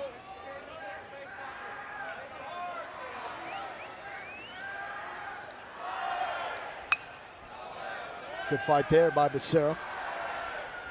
Just 2 strikeouts by the Longhorn hitters so far tonight. 2K hitting has been clutch all season long for these Texas bats.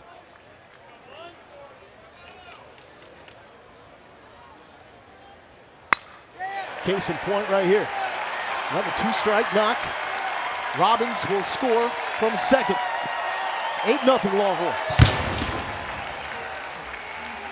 You talked about it being a veteran guy. You get a ball up. It wasn't hit all that well, but again, the term again for the night is a lot of these balls are spinning up in the strike zone, and Texas doing a nice job. It's not exit velocity, it's just where it's hit right there. Find a way to get down, and still nobody out in the frame. Anthony Pack Jr., a top offensive player that the Longhorns were able to get on campus in this freshman recruiting class. He's going to be a star, has a huge personality, and you can just see the skill set. Has star power written all over it. Quick bat. Can scoot as well. 1-0. The 2 on for him. 97 from Bixby.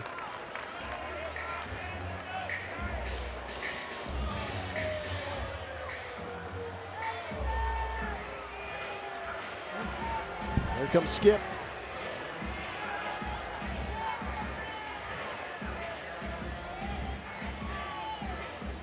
Well, Saturday afternoon, we'll have the second game of a 3-game softball series between number 3 Oklahoma, number 20 LSU in Baton Rouge. Coverage begins at noon Eastern, 11 a.m. Central on the SEC Network and the ESPN app. A rarity, with OU softball not winning a national championship, but it looks like they are back on track if they were ever off track, and one rare year not winning it all. Well, Patty Gasco's done a great job. It's just unbelievable. They just put themselves in position on a regular basis. They hit. 2-0 strike delivered there by Mason Bixby after that pep talk with Skip Johnson. 17 pitches in after entering for Trent Collier, who will replace LJ Mercurius. A double and a walk for Pack. Just missed. 3-1 again. And so the buzz in the stadium right now is because Dalen Swain is at the line with 11.9 seconds left, and Texas trailing by 1 in the Sweet 16 to Purdue. So Pack draws the walk, and this is probably the most uninterested that a Texas crowd will ever be with the Longhorns loading the bases, because it is now tied at 77 after Swain hits the free throw with 11.9 left. Look at this. You can see March Madness on the phones. Hey, does it get better than that, though? I mean, you're at the park. You're watching two teams in the top 10.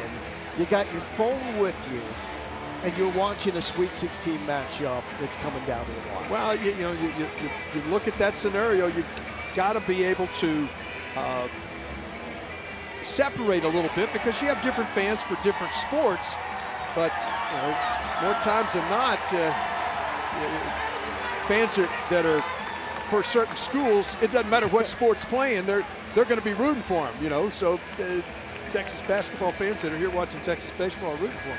Such an important series for both these programs. Even though it's early, you look at the top 7 of the SEC standings, it's 4-2. 7 teams tied at the top. Now, we'll have more clarity, the separation as the SEC season develops. But I know it's early. This, though, feels like a huge series for both these teams. Well, you got to defend your home turf. In the SEC, you got to win 2 out of 3 at home. And if you go on the road, you got to win 1. You can't get swept. So those are the things that you're looking at when you're looking at this game. OU's trying to find, let's get at least 1.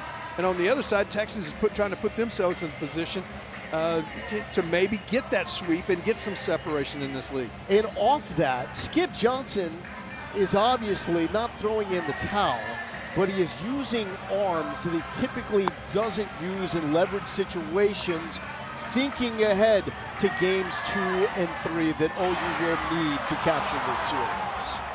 Yeah,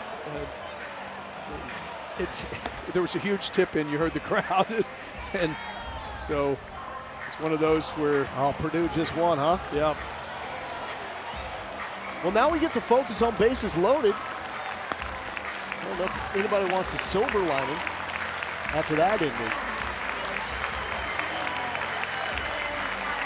And the cheers right there. That's for the effort of the Sean Miller-led Texas basketball team that unexpectedly reached the Sweet 16 in season number 1 with Coach Miller and fell on a tip in at the buzzer. Unbelievable.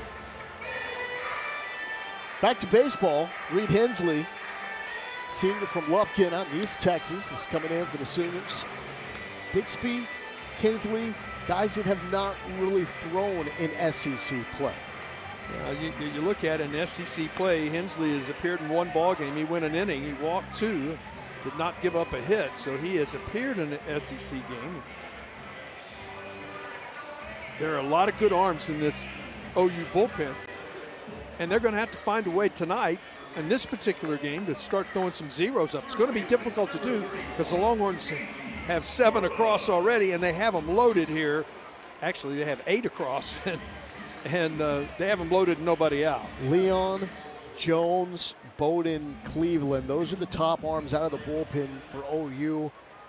We ain't going to see them in this game unless OU can hold here and get something going offensively and make this a game. First pitch ball to Casey Borba, who is having himself a night. 2 for 2 with 3 driven in. Working that pull side with a single and double.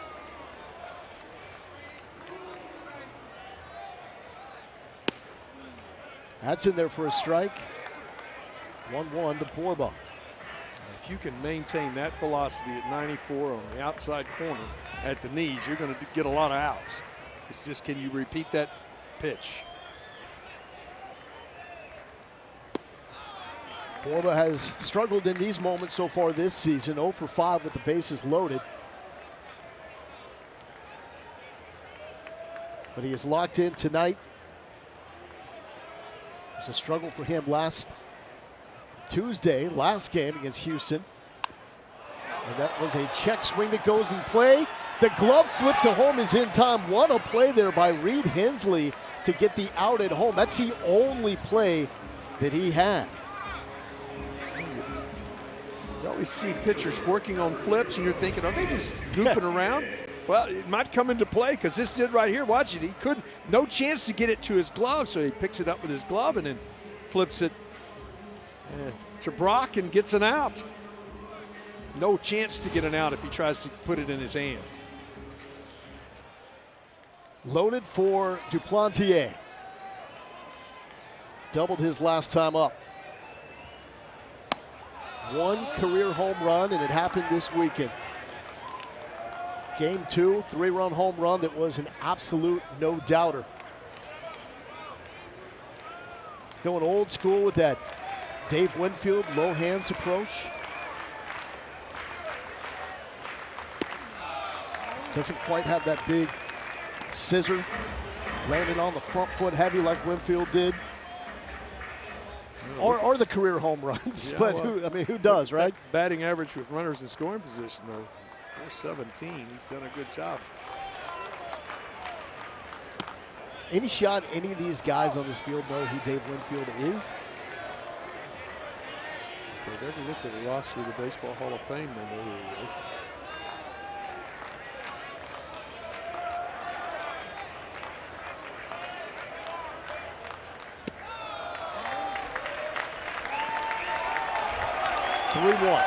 Pressure pitch here for Reed Hensley.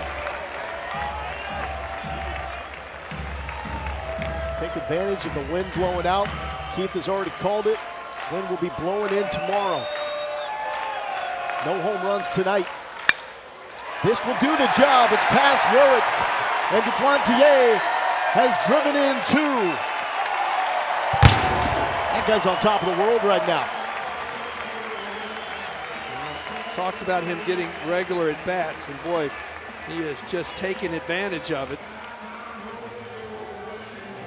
He gets a ball he can handle down in the zone and just hits it in the 6th hole. Drives in a couple. Longhorns really put themselves in a great position here.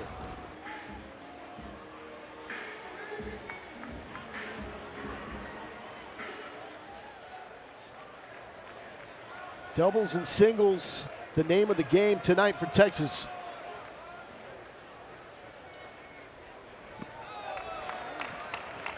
It was the long ball. That was the story in the series win against Auburn. 5 home runs against the Tigers. Just 2 doubles. Tonight, a different story. 4 doubles, 13 total hits, and spraying the baseball to all fields. Going with it, taking advantage of the miscues. It seems like every time that get a walk, it ends up scoring, and then the other part is pitching from behind and mistakes up in the strike zone.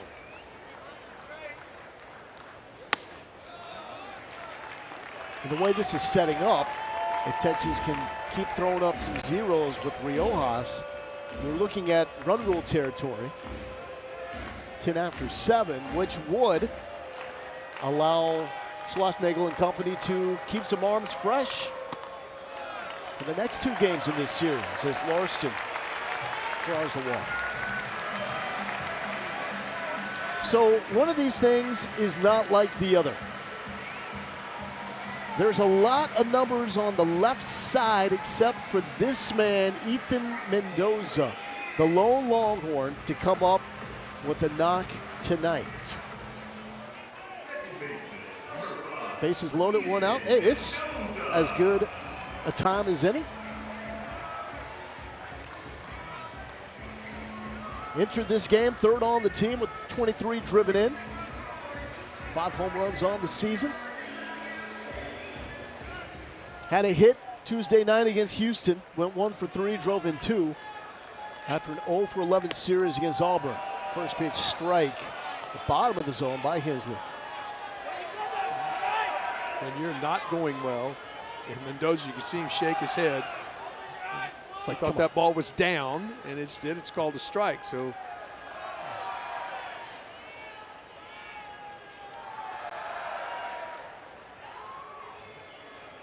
that one step off that will reset the pitch clock.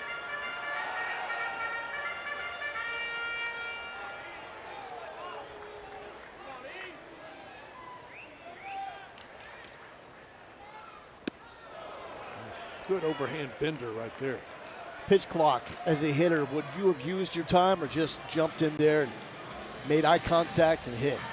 Let's go hit. Of course, we used to play baseball in 2 hours and 30 minutes. Some things have changed. And this gets away from Brock. Borba to the plate, beats the tag, and it's 11-0 Texas. Well, you got to anticipate that if you're Borba, and make sure you make a good clean break, because this ball's not that far away, but you got to be anticipating it. And Borba does anticipate it, just in under the tag, and everybody moves up 90 feet. That was a good effort to try to get the out. Borba was already to the plate before the tag. We've had some activity at home plate tonight, have we not? Already one call that was overturned there, and Mendoza saying, come on, man. He obviously thought that one was up. Vero January, home plate umpire, obviously disagreed. And it's his zone, man. Hear it all the time. Carson Tenney, the muscle-bound catcher.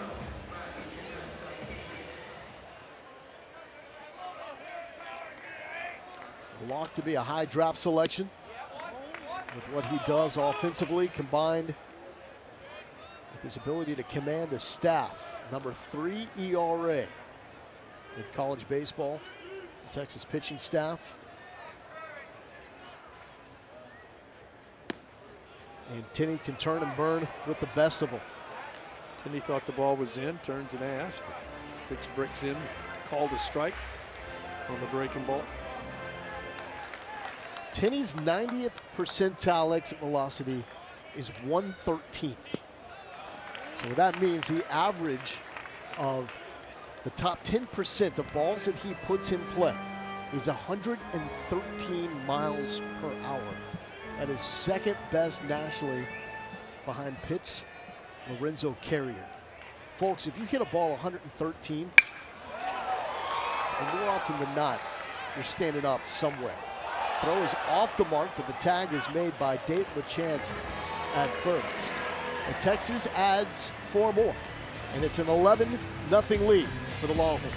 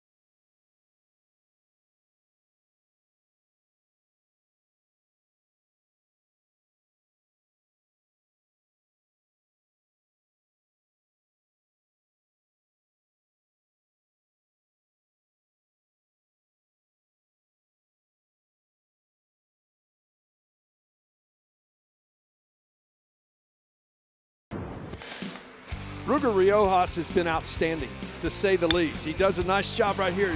Thought he looked him back quick enough, but gets out of it with a great throw from Borba, and they get out of the first. Then he starts mixing his pitches. Good slider a couple of times, a cutter, goes back to the slider. He's been able to paint the fastball. Boy, he's thrown up nothing but a 0 since that threat in the first inning. He's allowed 3 hits, and he will be facing here for the Sooners the 6, 7, and 8 spots as we go to the top of the 4th. Alex Fifth, Blair leading off. He is a fly out to left, a ball that was hit hard.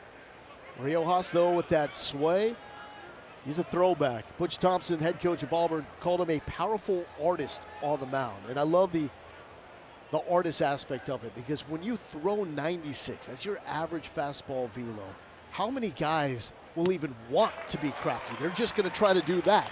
Rear back and try to come get it. Yeah, but when he does rear back, that's the thing is when he mixes in his other stuff, it makes that a foot faster to get to you as a hitter at 94, 95. No idea what's coming from Rio Haas. Going back to the fastball, hits the spot, and it's 1-2. Just 48 pitches for Rio Haas. Really settled in. It was a rough start against Auburn. Settled in nicely in that game until ran into some trouble in the 7th. But this is as efficient as you can get, especially facing these SEC bats.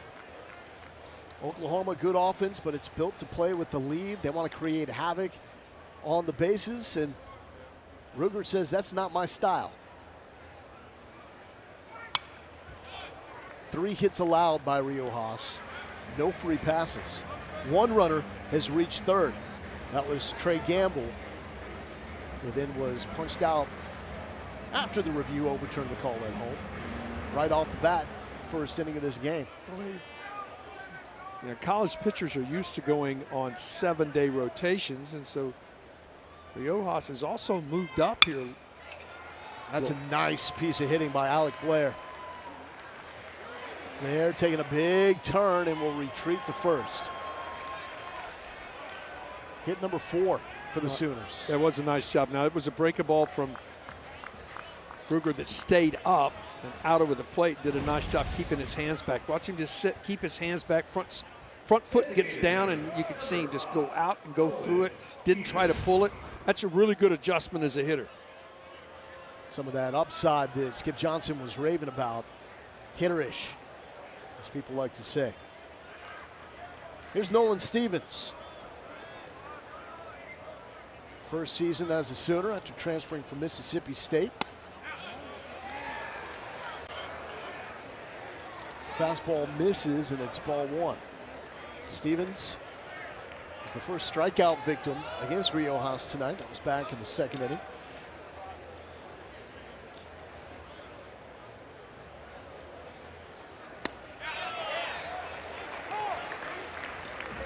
He's had a good feel for that cutter tonight. Well, anytime you're 1-0, you have a good fastball. If you can go to that secondary pitch, and still firm at 88, 89 miles an hour, but it's just got a little movement off of the barrel. But somewhere, Dennis Eckersley is saying, come on, man, that's my look. Well, heck, I was a teammate, great teammate, by the way. And he loved to have fun pitching. You look at his old bio when Rio Haas was at UTSA at the start of the career. No mustache. There's no flow. It was straight by the book. But I mean, keep Austin weird, right? Like, this is where you can't have the flow and the mullet. Yeah, there you go. Flip the mullet. It's all good. See, and he knows the camera's on the mullet. Like, he knows what he's doing. Born to be a Longhorn. Born right across the street, other side of I-35 at St. David's Hospital. And dots that one. Strikeout number 5. I'd say what this great location with the fastball. You showed the cutter, you showed the breaking ball, and then come back and just nip the outside corner with 94, 95. As a hitter, you can't snap it. You can't pull the trigger quick enough.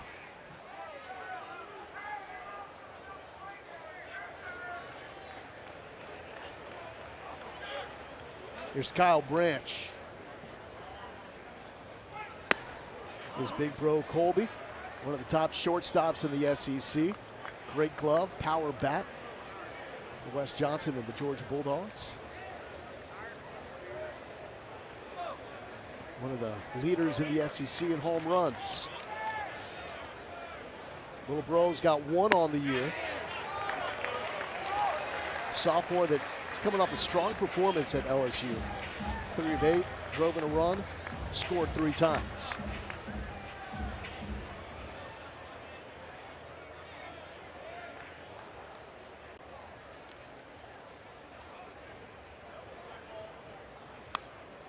Gotta say though, Rio Haas is such a refreshing watch. In this era, that bigger is better in terms of velo and the metrics. To see a guy embrace that, his velo has continued to uptick, but also just understand the art of pitching. It's the perfect blend of new school and old school. Trying to retire Branch here.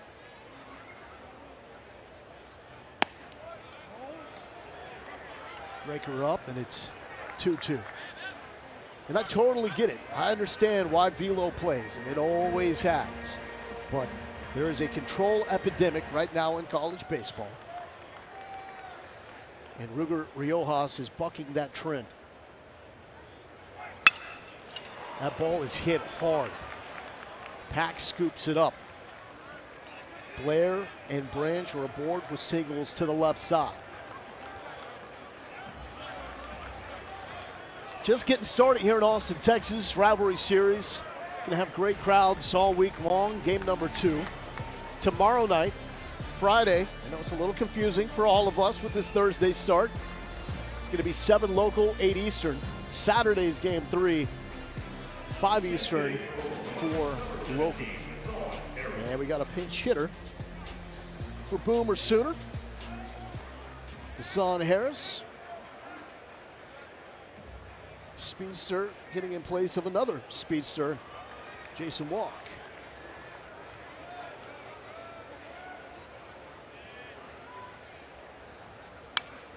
Oh, you're trying to get something on the board. They lost their opener against LSU 7-1. Came back to win game 2 4-2. Trey Campbell had a couple driven in. Game 3, 4-3 win after the comeback in the 8th inning. Texas took 2 of 3 at Auburn. Dropped game number 1, 4-3. Walk-off fashion. Game number 2 had a 6-0 lead and held on. Auburn loaded the bases in the 9th. Thomas Burns got out of it. Game 3, not quite a cakewalk, but they were locked in with a 5-0 win. Riojas, and it's 1-2. Went to an arm slot change, went to the changeup and tried to drop down and throw it, and just faded away from him.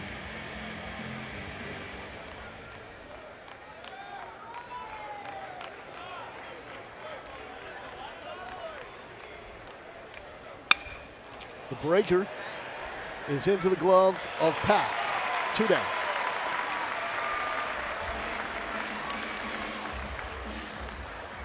So the Oklahoma offense, 189 over the last 4 games.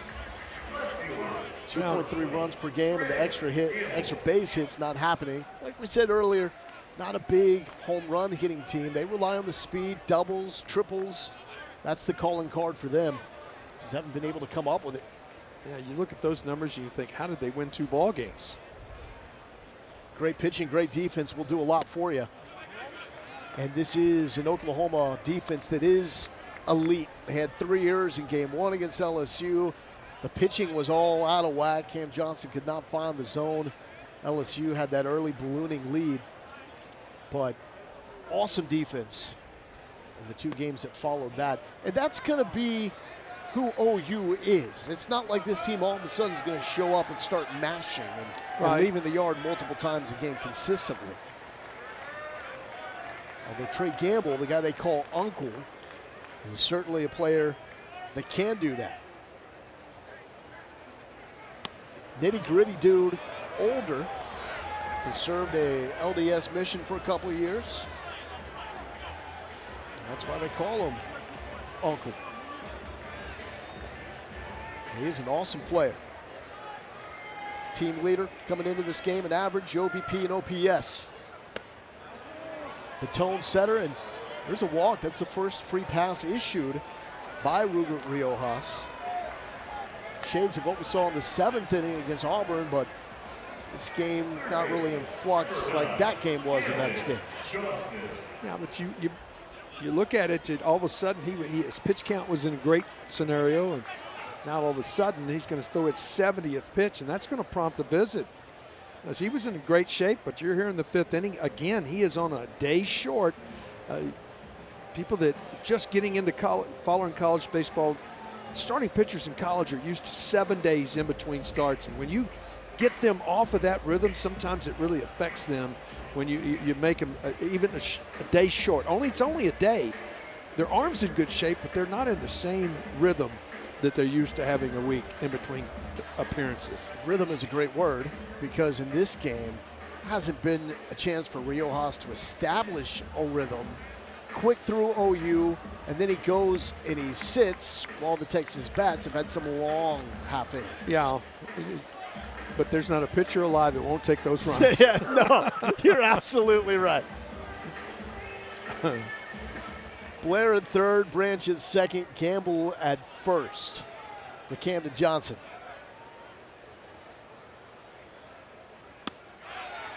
Camden Johnson, beautiful left-handed swing. Junior transfer from Wichita State. I'm sure he's got a lot of friends and family in the crowd. Grew up in Boerne, Texas, just south of here. He's got all the tools. He can hit the ball in the ballpark. Good fielder, throw, really run. Crowd's into it now. Ruger Riojas, bases loaded, 2 down, 0-2 count. And we'll go to 1-2. And he went to that cutter. That's a really good take, a hard take for a left-handed hitter. That ball's going in their back foot. Looks like a strike out of his hands. What can you possibly expect if you're Johnson right here? And they pick your poison. Yeah, that's filth. Sidearm changeup. Yeah, it's probably top of the scouting report, right? The tongue wag for Ruger Riojas. And the dish loves it. This man just loving life.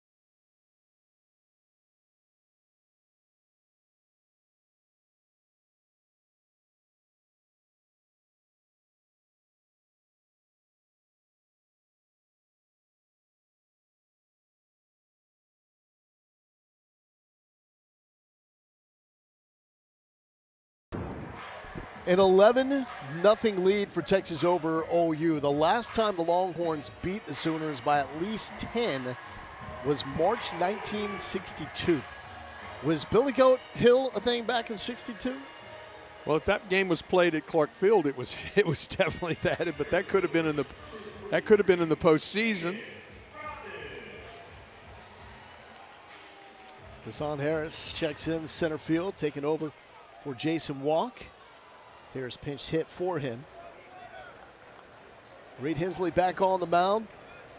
At this point, Skip Johnson seeing no reason to use his top bullpen arms, and Aiden Robbins didn't really like that.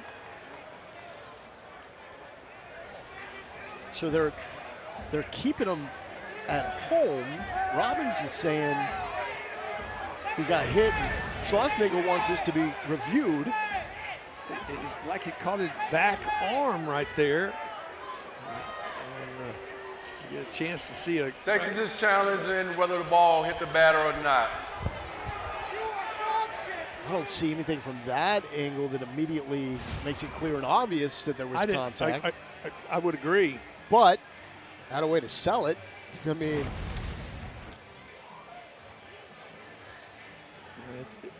if it did, it caught his. It would have been his, just inside his right bicep. initially I couldn't tell if Robbins was selling the hit by pitch or if he tweaked something as he was contorting his body just to get out of the way. But there was almost that moment. That little smile right there tells me that I'll hit.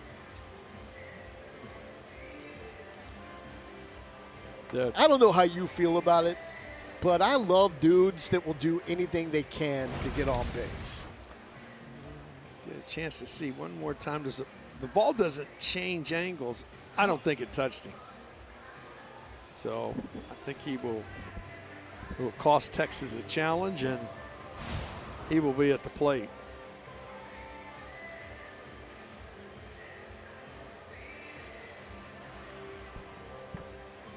Bought into being the villain. He's embraced that role. What a scene in Auburn. I mean, he was getting beer thrown at him. He had his highs. He had his lows. But one thing never changed. He kept barking back the whole time.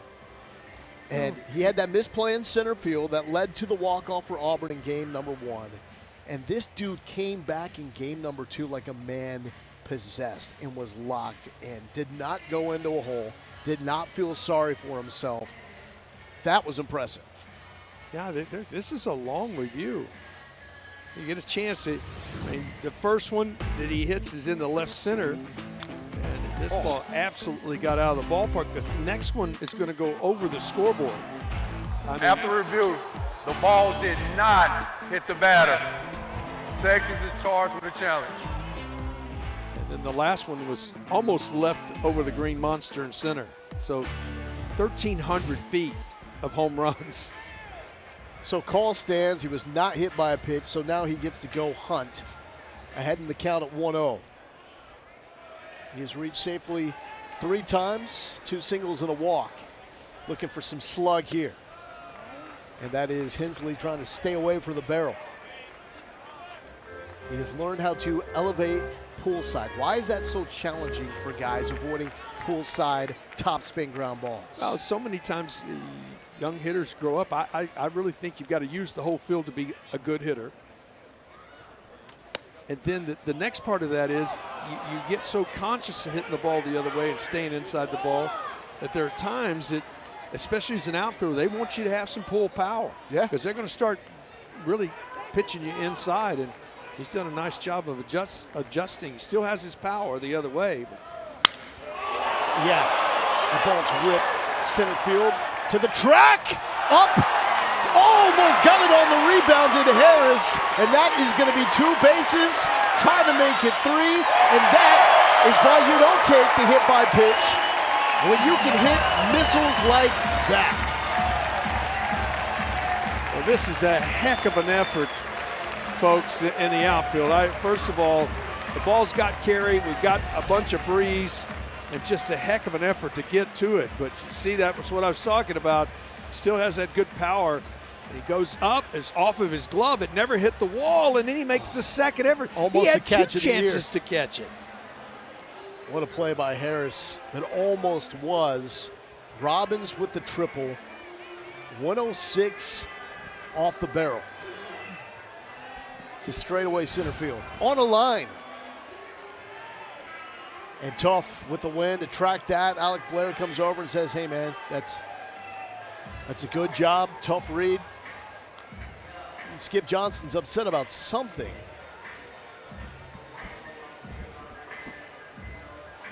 And we will have a pitching change. So night is done for Reed Hensley. And now Nate Smithberg will enter. Nobody out here in the bottom of the 5th. Texas leads 11-0.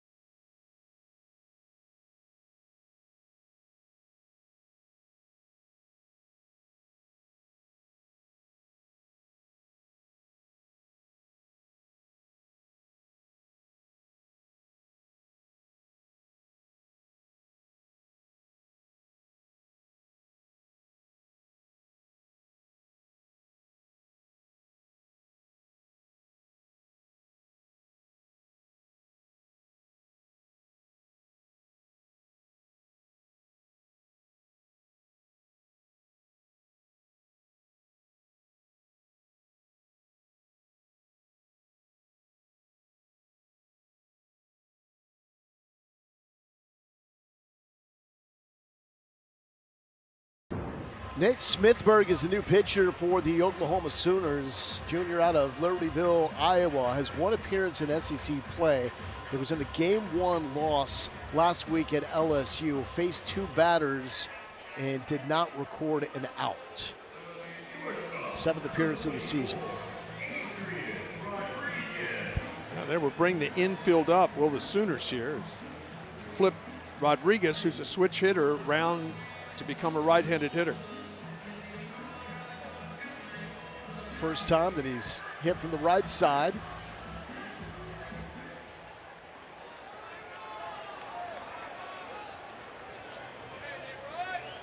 One for 2.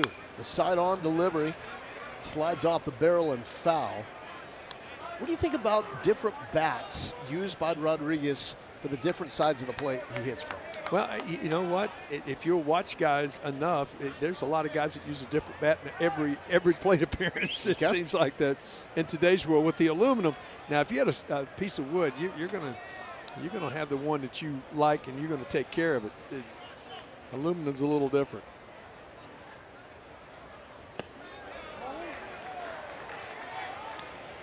And it sounds like the torpedo bat could be making its way to the college game. Marucci is now producing a metal bat with a torpedo barrel. It was in vogue last season at the major league level. Well, I'd love to see college play with wood, but that's so would Skip Johnson. That's just my opinion. Skip Johnson believes it's dangerous, and it's also teaching pitchers bad habits, that they are afraid of the barrel.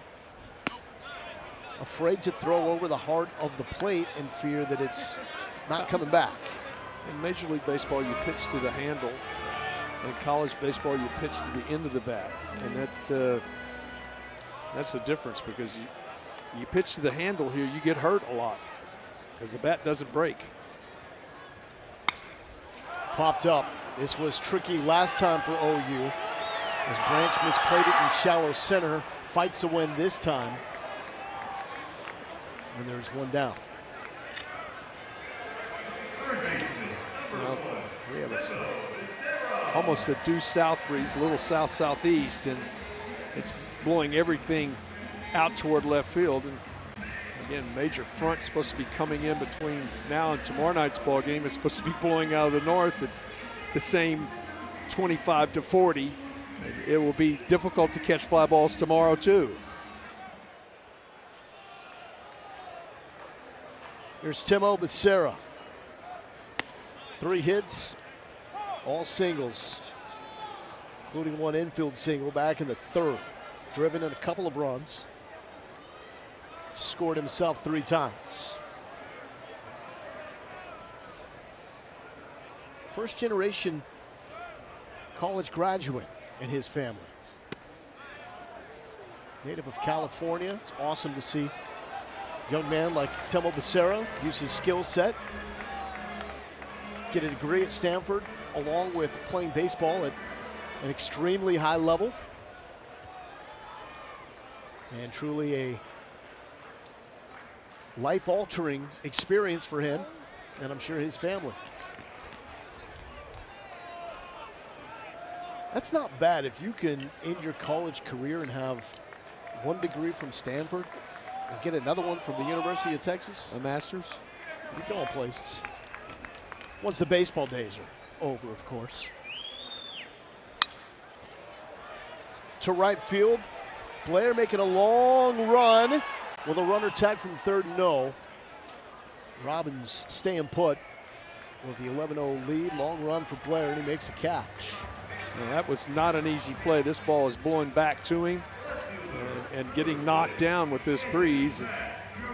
Able to make the long run and put it away.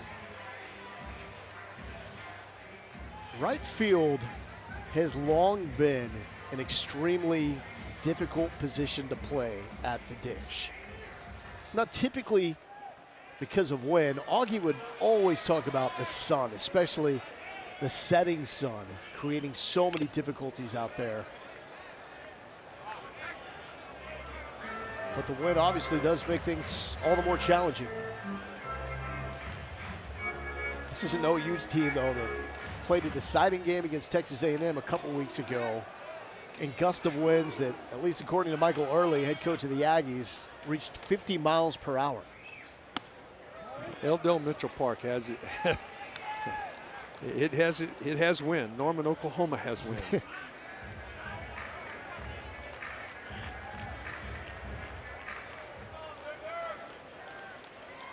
Anthony Pack, a couple of walks and a double. To right field, this is going to get down. Robin scores. Pack an aggressive turn. He wants two, and Pac-Man gobbling him up.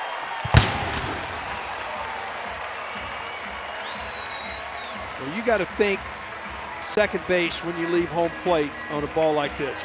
You got to be anticipating. He says, I'm going right now. And he came out of the box with that mindset, made a good, strong turn. You can just see him right when he leaves the box right here. He's thinking too right now, I'm going. He ain't looking at a coach. He's not going everywhere he can. He's watching that throw and knows it's going to be close, slides to the inside corner. Comes up with an RBI double. 15th hit of the night for the Longhorns. Ties their season high.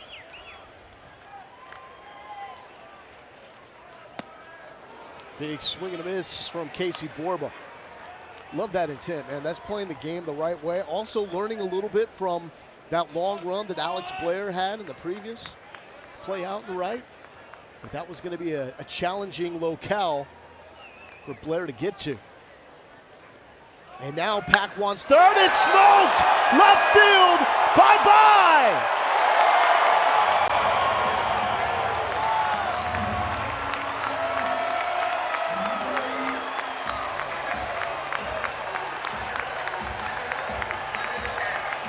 Home run number 9 on the season for Casey Borba. 42 on the year for the Longhorns. And the first of the night.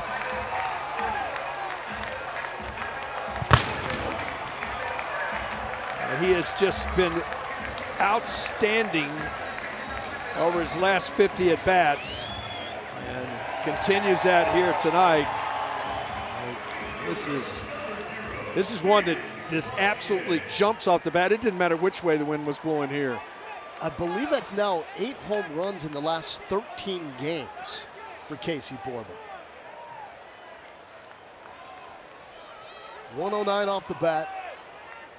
25-degree launch angle. TrackMan distance of 427. TrackMan does not account for the wind. Wind blowing out. That went farther than 427.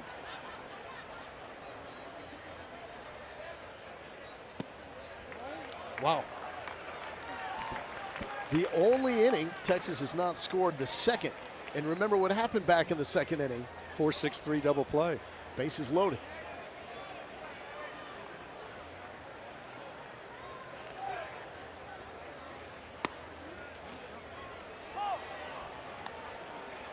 Impressive.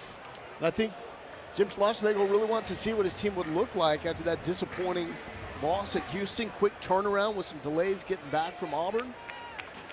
Pointed out that the most disappointing part of that was it takes away from some of the momentum that you gathered from winning a huge series on the road at Auburn. Texas is in complete control of their emotions, of the scoreboard, and everything in between. Bombs away for Casey Borba. He knew it. He knew it. 14-0 Longhorns.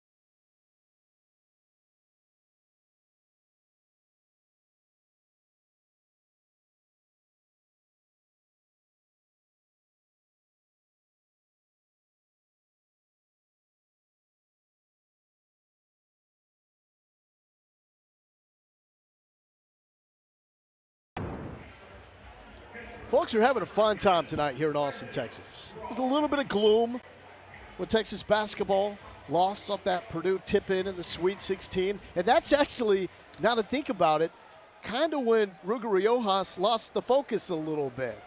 I don't think there's a correlation there, but fans were a little bit quiet. Riojas is a guy that really feeds off that fuel from the environment, but was able to finish the fifth with a strikeout. He's back out there for the sixth after a hearty applause on the walk to the dugout that we may have thought of, hey, 14-0. Wasn't that score at that point. It was 11-0. Maybe that's it for Riojas. And that is foul. Well, at this point of the year, I mean, we're 7 weeks into this season in college baseball. And so you look at it because of that. You know, these guys have been building. They're 90 to 100 pitches in one of their starts, and this is his 76th pitch of the night. 0-2 to Brendan Brock. The shift spot on and handled by Ethan Mendoza.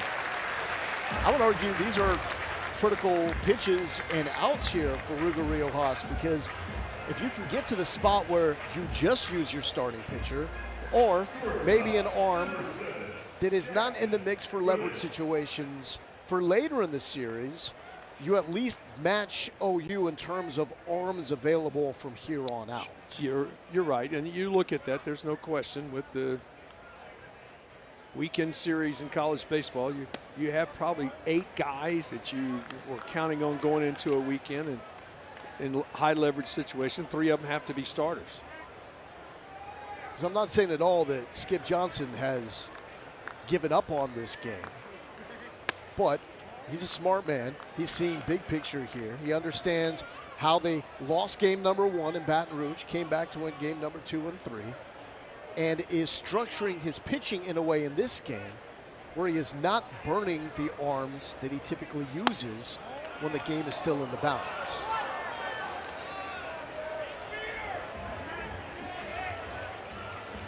.3-0 here to Jackson Willits. Skip Johnson.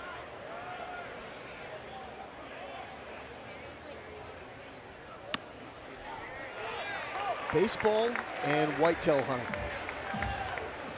1A and 1B for Skip Johnson.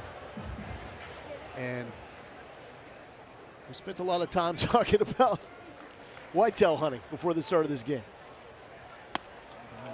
Known each other a long time, so. He is a great man and a beloved figure here in the city of Austin for the job that he used to do with Augie Garrido's pitching staff. This rotation, I'm sure he would have loved to work with a group like this. Riojas, Harrison, Belantes. Now you look at it, Luke Harrison has had so much on his plate. At this point, it looks like he's going to toe the rubber in game 2 for the first time with his team 1-up in a series. He's had to go to the mound in the last 2 SEC series. LeChance to right field. Duplantier is there. Just getting back to that point, he's had to go to the mound, where you've got the series on the line. He's got to do his job to keep his team in the game to get a chance to win the previous 2 SEC series.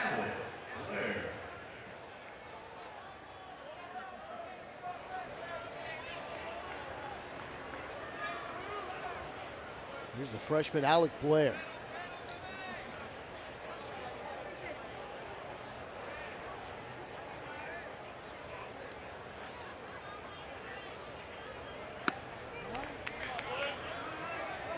With the pitch selection for Riojas, he throws everything. Is that something that there'll be pressure for him to whittle down as he gets into pro ball? No, they will probably get him to concentrate more on some type of off-speed pitch. That fastball there is a good one. He's got a little tail to it. He's got a nice cutter. And he's learned to use the slider.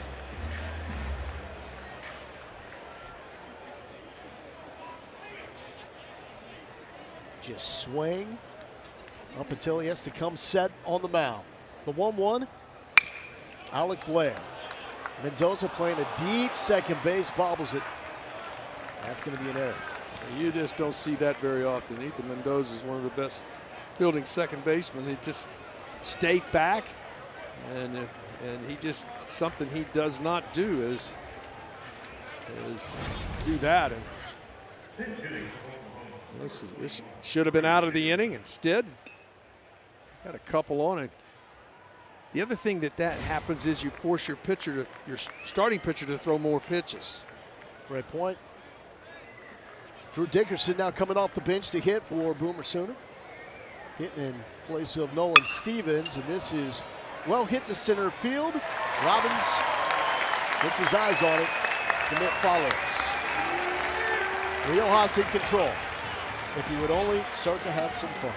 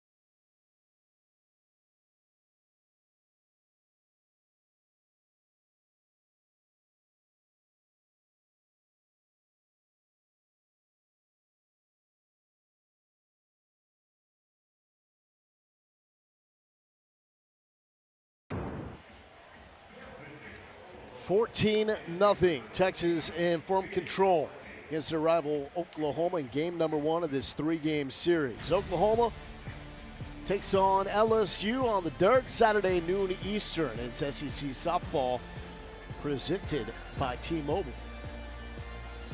New pitcher for the Oklahoma Sooners. It's Jaden Barfield. Barfield did see the mound against LSU. Entered game 1 of that blowout loss and pitched the 9th. 1-inning pitch, 1 hit, no runs. Well, he's made a start, making his 8th appearance.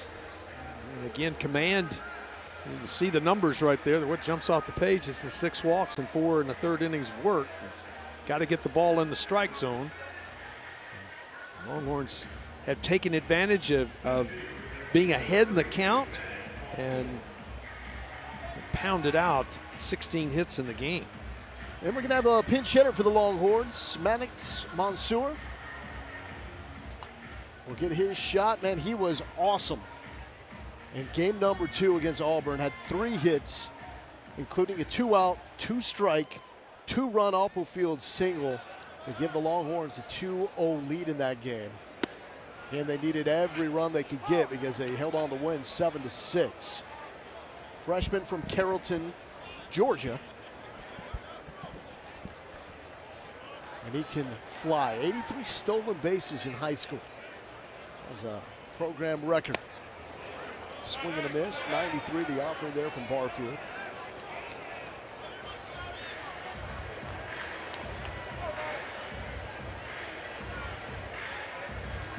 He's done a nice job coming off the bench and his opportunities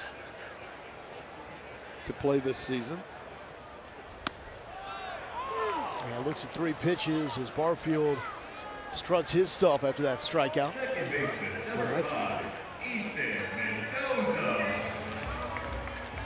Back to the top of the lineup, Ethan Mendoza. 0 for 4, only started, yet to record a base knock.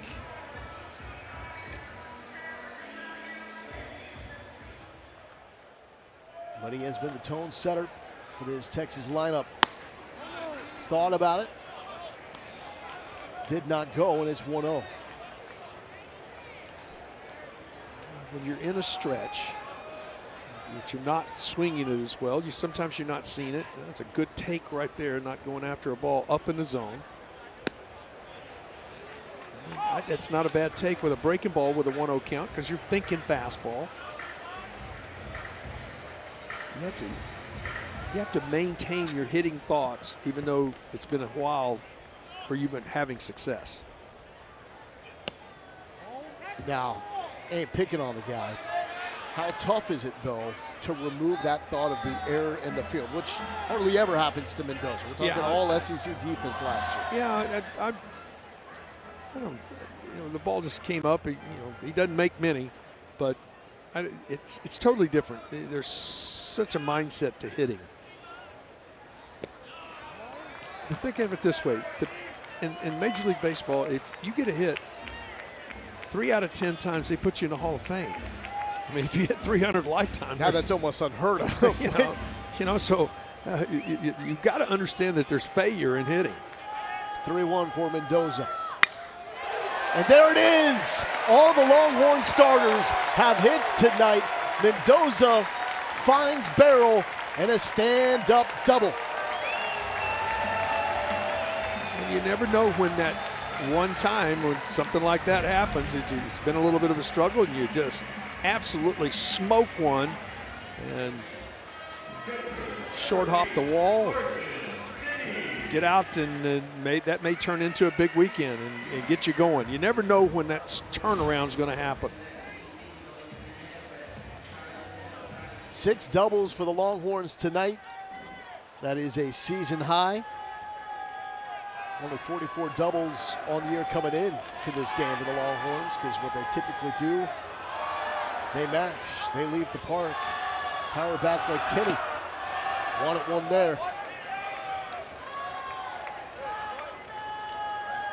Longhorns 29th nationally, just under 9 runs per game. This will help that average.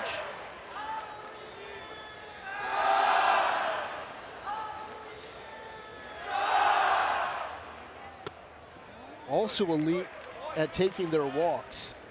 157 walks drawn coming into this series. That's 11th best in baseball. They see a lot of pitches. 7 walks drawn tonight. I mean, they got one of the best to do it that's really settled in and found, I think, his calling as a hitting coach in Troy Tulowitzki. I mean, the ultimate student of the game. Talk to anybody that was around him in his playing days in the big leagues, and they will tell you hardest worker that they were around. And pours that same kind of emotion and energy into working with these hitters at the University of Texas. Well, mindset is so important. You see right there, he's talking about what guys are doing, what mindset you're in. And that mindset, sounds weird, turns into a game plan. And then you have a game plan when you go to the plate.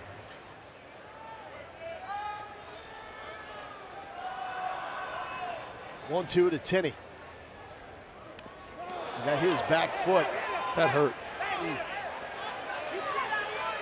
There's a breaking ball, and you just can't get out away from it. It's chasing you.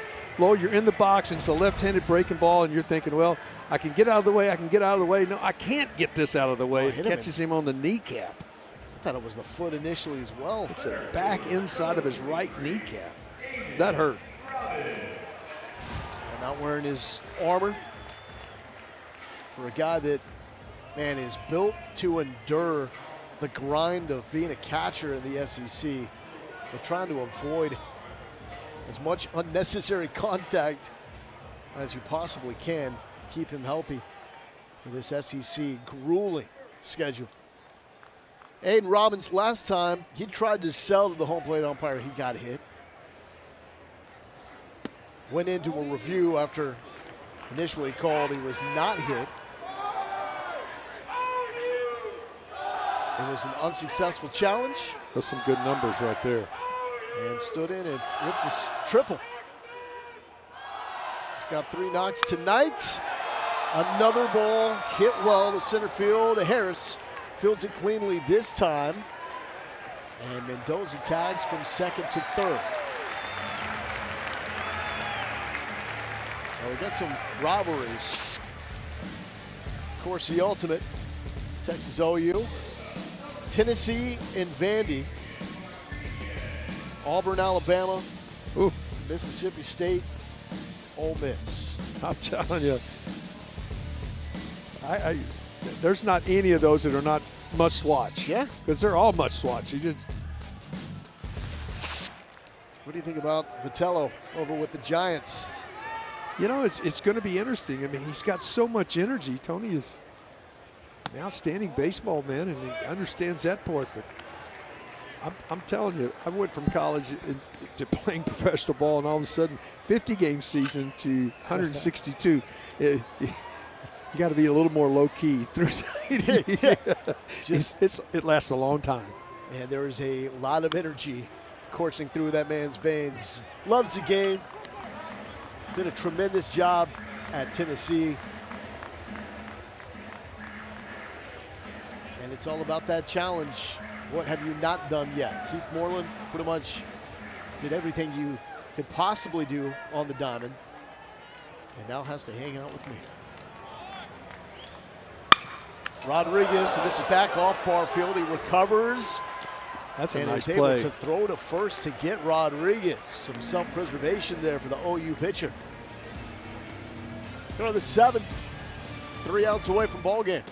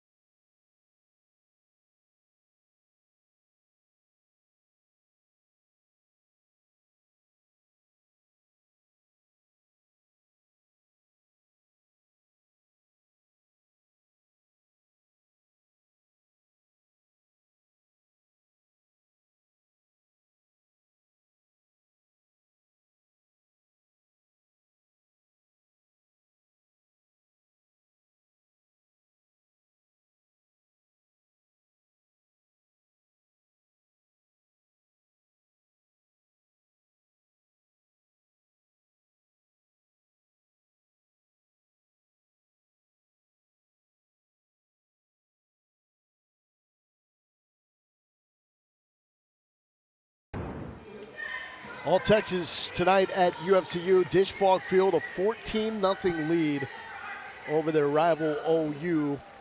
Sooners had an opportunity to strike first. Trey Gamble was caught trying to give the Sooners their first run of the game. And Texas kept at him, poured it on. So here we are. SEC run rule. Game ends with the team leads by 10 after 7 innings. It's a 14-run lead for the Longhorns. So Ruger Riojas goes back out there. Faced a pinch hitter for the Sooners. This is Dayton Talkie. He's been playing some first base for OU. He's been struggling as of late. And pitch 88. A week ago, it was a 99 pitch performance for Riojas in game 1 against Auburn. What do you think about letting him, at least for the moment, stay out there to try to close this Well, thing? I think that they felt like that he was in good shape. His pitch count was, it's getting a little elevated. If he can get a quick out, you might see him finish this ball game. He'll be on normal rest next week. Texas plays another Thursday, Friday, Saturday series, so he'll get his full 7 days from today.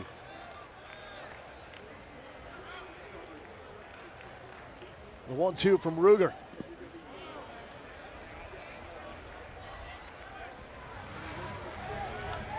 still got a good feel for that breaking ball. He has made very few mistakes with it tonight. It's been in the right location, just didn't get the. He wanted to try to drop that one on his back foot, just didn't hack at it. Let's see if Riojas gets funky with the arm angle here. Pitch number 91 over the top. Straight gas. Robbins camping under it. 2 outs away.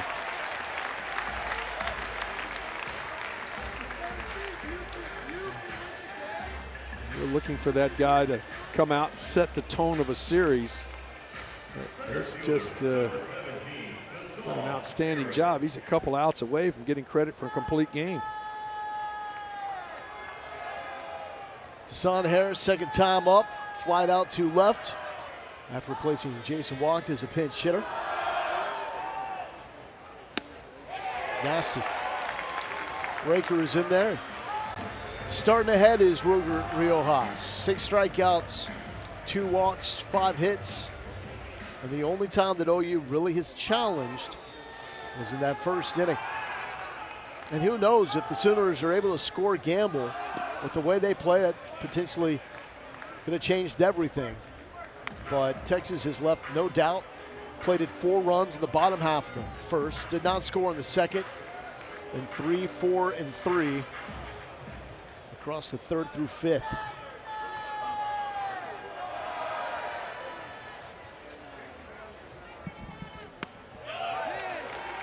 Both bullpens at this pace will be untouched in terms of the top arms for the final 2 games of this series.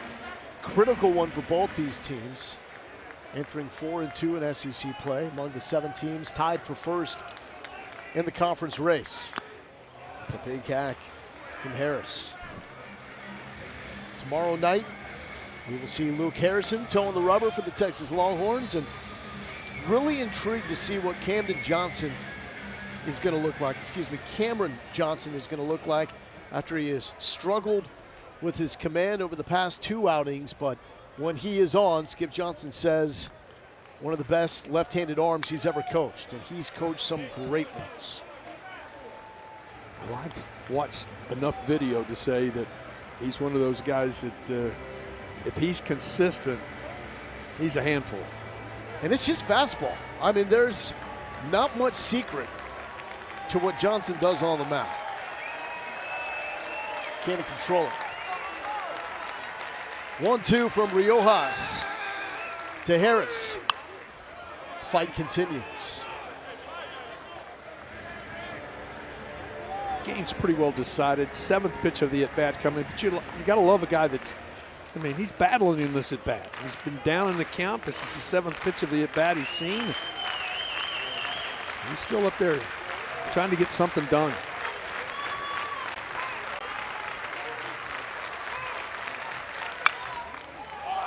And lifts this one.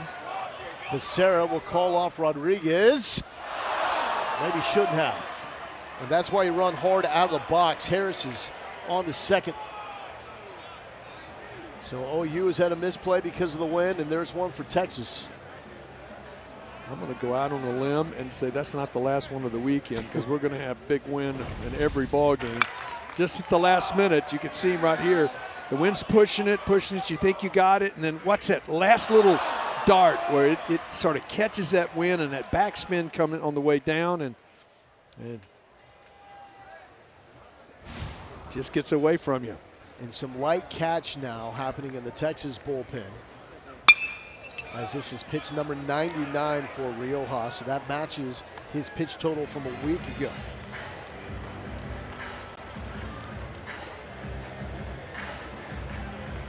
He's a guy that can go over the 100 pitch mark. There's no question. Good ratio, 65 strikes, 34 outside the zone. Went to 119 in a game last season. This now is his season high at 100 pitches, and the velo on the fastball still firm at 95. 0-2 to the hard-nosed Trey Gamble. Always a tough out. Led this game off with a double. But Riojas gets his revenge. 95 elevated. One of the toughest pitches to hit in baseball, according to the data. Well, you just can't get on top of it. You see it so well. Lowell as a hitter, you say, oh, there it is, and you just can't get the barrel up to it, and it gets by you, especially if it's got some velo on it. And that had plenty of it. The rock, the sway continues for Ruger Riojas. In command in this opening game between two teams that don't think fondly of one another. Highly respectful. A lot of bad blood. First time since 2009. This rivalry features two teams inside the top 10. Texas has looked dominant tonight. 14 runs, their most against OU since 2000.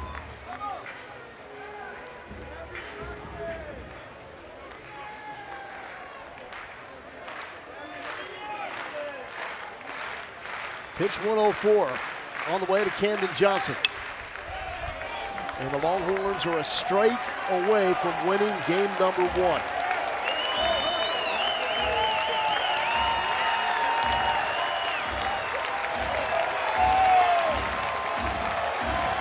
Infield now shifts on the 1-2 count, so that's going to allow Harris to just move up and take third base. Riojas doesn't even step off. He knows what he has to do. 96, called for a ball, 2-2. Yeah, that's interesting. And pitchers, a lot of times would look at that and go, you know, if I do give up a hit here, I might give up an earned run. But they did give an error on the play on the fly ball, so it's an unearned run. Ball game. Texas wins 14-0. First shutout win for the Longhorns against OU since 2013. And their largest shutout win ever against OU. Dominant performance on the mound, and offensively, what can you say? You pound out that many hits and you found a way to get it done, but it's just one. The Sooner Club has lost their first game in every series so far this season. And they have saved their bullpen arms for both these squads, which should shut up an epic game 2 and 3 to follow. We'll have it all on SEC Network. The Longhorns with season high 17 hits, 6 of them doubles, and 14 runs to show for it. Longhorns win 14-0. Game number 2 on tap for what should be a hectic Friday night in Austin.